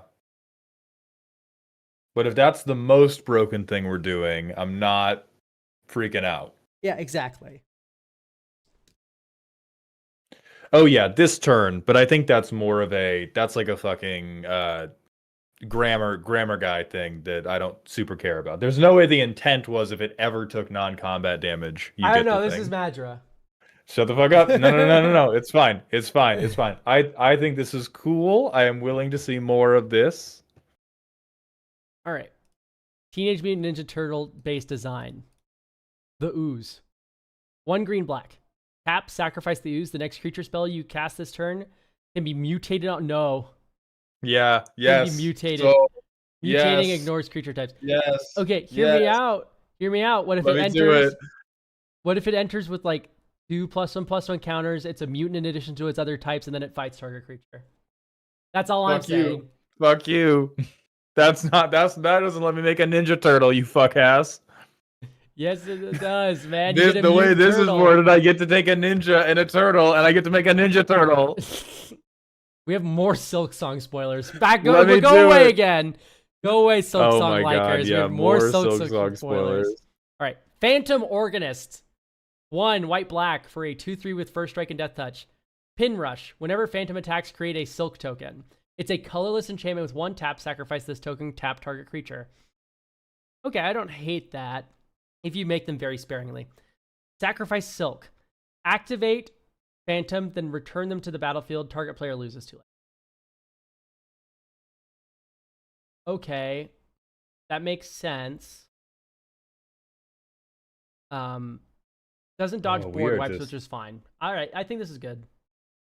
I think I think that this is looks Phantom built. insufferable. Yeah, so you I get to think tap 1 creature per attack. Here's a through line, I think, of all the Silksong cards we've seen. All the video games like Silksong is the core gameplay pattern of Silksong is what if you had to fight a thing that made you hate being alive? And I really dislike how we're translating that into Commander. Yeah, I don't know. I like this card mostly. I think it's fair. I just don't like you as a person. Right. Okay, next we have Sturmfire. Ooh. All right, Mab, Fairy Queen, and Azorius. This is no reason hybrid mana. Legendary Kindred Enchantment, very noble. Hybrid mana, target a spell to counter, and its controller chooses. That spell is countered, or make a white and blue deal enchantment token that can't be sacrificed. For X1 black, transform Mab. X is the commander tax on Mab. Mab can be your commander, and you may cast Mab from the command zone without paying the additional casting cost from commander tax. Wow. Wow. I like the idea of taxing the transform instead of the card, but the card Mm-hmm. is weird. What does it flip into? All right, Fairy Queen at War. We do need artist credit for this, unless it's also Tyler Walpole, and we just didn't put it on the backside. So let me know about that. First Strike, Vanishing 2. If they would leave the battlefield, you may destroy a deal token and transform Mab instead. Appropriate use of hybrid mana. Draw a card and choose a player which controls the deal token. That player chooses 3 non-token permanents he controls. You take control of one of them of your choice until Mab leaves the battlefield. Destroy a deal token that player controls. This is just too many words. Analysis paralysis kills you. I mean, we're attempting to capture the type of like Fey contract, long timeline, Machiavellian planning that they do in the books, and that is one of those things you don't get to translate into the card game. It's just a thing that like it doesn't fucking work well. And so I like the energy. This is not a mechanic we get to turn into a card game. This is a mechanic you have in like a single player video game. I like to believe that you can do some cute like contract flavor stuff, but this is not how you do it. I mean, you can do contract flavor stuff, but it typically has to be really simplified. Oh, for sure. This is like, yeah, absolutely. this is. All right. All right. Aerial Observatory. 1 in a blue for an enchantment. Hang on, coughing break. Wait. Whenever one or more creatures with flying deal combat damage to a player, put an observation counter on Aerial Observatory. Remove 2 counters. Target creature gains flying until end of turn. Remove 6. Put a flying counter on target creature. So your payoff for your flying deck is you can give flying. Hey, don't be rude. Don't be hurtful. Yeah, I think this is almost interesting, but in practice it's just gonna fall flat because we're just going to like it's never gonna work out the way we want it to try to mix these creatures have flying, these don't, because blue's already good at giving unblockable. Yeah, I agree with this. It's just too weak and it does too little in a flying deck, which is what you want to trigger it a bunch. Mm-hmm. Okay.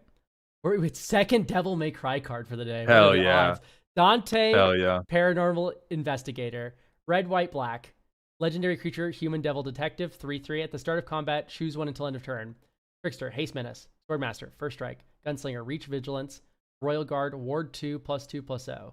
That's the worst one. When Dante attacks, he may unequip one equipment or sacrifice any number of blood tokens to attach an equipment card with mana value equal to or less than its mana value. If you do, draw a card. Okay, that's like a lot of like weird, like 2 separate triggers in one trigger moment, and then yeah, I don't know. And I think it feels really underpowered. For sure. Like absolutely. we have a couple keywords that might be useful, or if I've made a lot of blood tokens. I mean, here's what it is. This is please let me cheat Colossus Hammer. Please let me run a blood token deck and let me put Colossus Hammer on my guy for 1 blood token. And I think everything else is Yeah. What I don't like about Royal Guard, Ward 2/2/0/0/2 is like in response to this trigger, they just fucking kill the dude. The ward doesn't matter. Mm-hmm. It's all combats. Yeah, I know. I know this is at the start of each combat. But I don't like for that reason. Yeah. Next Smasher card. Okay. Oh yeah. Is this Wyatt? Yeah, it's Ys. A 2 black 2/2 with a fucking Planeswalker loyalty counter. So when it deals damage, he gets loyalty counters. Death Touch and Lunacy. I hate Lunacy. You will never sell me on Lunacy. Lunacy is a condescending monologue-ass mechanic, and I am outraged every single time I see it, Madra. It is the antithesis of rivalry. Rivalry, I love every time you show it to me. Anytime I see Lunacy on a card, that is shit in my cereal. Yeah, Mind Skinner's cool because he gives everything Lunacy. You can't make that into a mechanic. Like Mind Skinner, you have intention with your deck. Lunacy is just like my creature's shitty for no reason.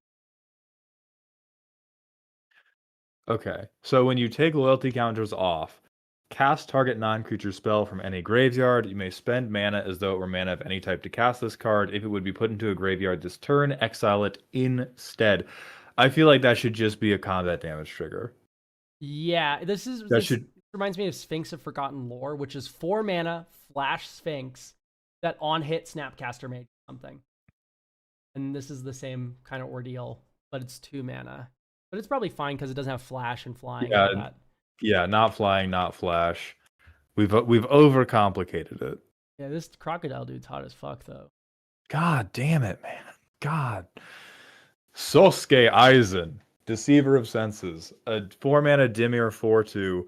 Kyoka Suigetsu, whenever Sosuke Aizen would be dealt damage or become the target of a spell or ability an opponent controls, you may pay 1. If you do, make an illusion creature token named Aizen. It has when this creature leaves the battlefield, draw a card, then redirect that damage, spell, or ability to the token. Okay, that's fun. I fuck with that. It gives flavor heavy. I wish he did it when he blocked. That's true. Yeah. Would be dealt damage isn't something you can track. Yeah, but that's, I think, intent. Intent has to meet the grammar of the game, and based on intent, yeah, I'm down with the intent of this. All right, you ready for You Can't Get Rid of Me? This fucking horrific thing. Yeah. 1 soul tie for a legendary enchantment or. Whoa! All right. What? Sorry, I didn't have my fucking microscope on my desk. My bad. It's spooky. It's cool. Okay, there's way too many fucking words on this card. I see what you mean. Enchant player. As long as this card isn't on the battlefield, it's a 1/1 insect in addition to its other types. Okay, cute, but fuck you. When this enchantment enters the battlefield or a legendary creature enchanted player controls dies, create a legendary 1/1 black and blue. Here. No, like, come on. On that player's turn, any other player may cast spells as though they had flashed. Yeah, on enchanted player's turn, any other player may cast creature spells cost 2 less this way and are 1/1 nightmares with bulk and additional types and abilities. We're doing way too much. And notably, this is so much text for a thing that people are just going to ask, oh, how do I not trigger this at all? And then continue playing the game as normal. Because it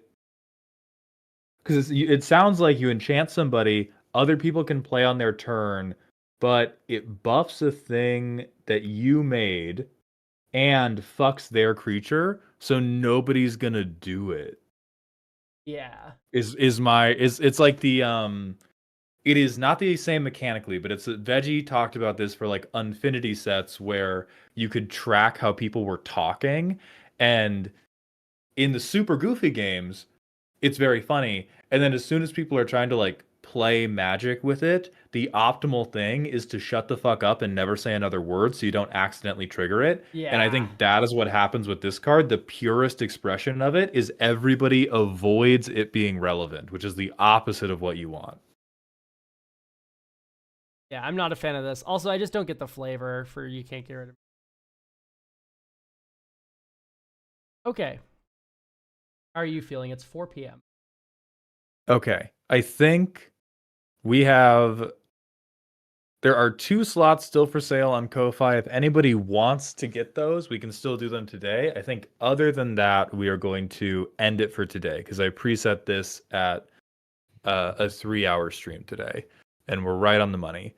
So we've still failed for the timing that I want for the waves, but we were doing 1 wave in 90 minutes, which was... One sec. Did we yap too close to the... We're still yapping a little too close to the sun. We're averaging 2 minutes a card right now, which is still a little too slower for... But then we also had asides about, I don't even remember what at this point. Oh yeah, we were talking about Dota 2 play hours, so we can't really count that against other people. Okay, and those Ko-Fi cards were immediately sold. God bless whoever did that, even if I don't technically believe in him. If the Ko-Fi isn't gotten to today, when will they be covered? They're being gotten to today. Whoa, whoa, whoa, whoa, whoa. Yeah. Whoa, whoa, whoa, whoa, whoa. We're covering them right now. Aegis Athene has sent in Hawkball Rootway Tyrant, a Sultai Hawkball who has a yeast infection. They're a 3/5. Whenever one or more lands you control leave the battlefield, draw a card. Whenever Hawkbull or another merfolk you control dies, you may put a land card from your graveyard onto the battlefield. I don't trust you, but it is 5 mana. Yeah, 5 mana. I sack all my lands to scape shift. I draw that many cards. No, it's 1 or more, draw a card. So if you scape shift, yeah. Okay, so you go Sylvan Safekeeper, sack a land, sack a land, sack Shut a land, the fuck up! Shut the fuck up! Why would you say that? Splendid Reclamation them all back. Your fetch lands, I'll draw a card. That first ability should just be it. If you want this card, remove the second line of text. The first line of text is all. Well, what if we, because I kind of like the idea of recycling, what if we limited this to it only triggers once each turn? Yeah, so you sure, can't just go like piecemeal. I manual landfall storm, draw my deck, because I kind of like the like cycle of life and death we're getting on. I give up lands to get cards, to play merfolk, to give up merfolk, to get lands, to sack, to draw, Yeah. Sultai players like that. Yeah, people would say if you remove the second ability, it's just worse than the Gitrog monster, but like you just add blue to it. Fucking Gitrog monster with blue is pretty goddamn good. All right, let's move on to Tybalt here. I always love a good Tybalt. 4 black, red, legendary planeswalker Tybalt for 5 loyalty. So 6 mana, 5 loyalty. When it enters, randomly choose left or right. During each player's turn, that player may play a land or cast a spell from among cards in exiled owned by the nearest opponent in the chosen direction, and they may spend mana as though or mana of any colors to cast spells this way. +1. Each player exiles the bottom card of the library. For each land card exiled this way, you make a 1/1 red devil that pings. -2. Exile target permanent. Its controller exiles the bottom card of the library. If it's a permanent card, they put it on the battlefield. I see. -7. Exile the bottom half of each opponent's library. You get an emblem with whenever an opponent casts a spell from exile, choose an opponent at random. Tybalt deals 13 damage to that opponent. You're never ulting it, so that's fine. Okay. Listen. It's random. It's funny. I think there's a little bit too much going on. Yeah, Babadook, very similar to the Can't Get Rid of Me card. I don't hate the ideas involved with it. I think you as a designer, you got to take whatever font size you picked for this -2, and you are hard locked to that for the entire card. Thank you so much, baby. And the moment you run out of space, you are out of fucking space. Because we have, all right, Chaos Warp, but what if instead it was from the bottom? That's fine. We have, I get to exile stuff that I've introduced to share the spoils thing for, and I can make devils. That's also fine. And then the alt is like, yeah, sure, alt crazy things.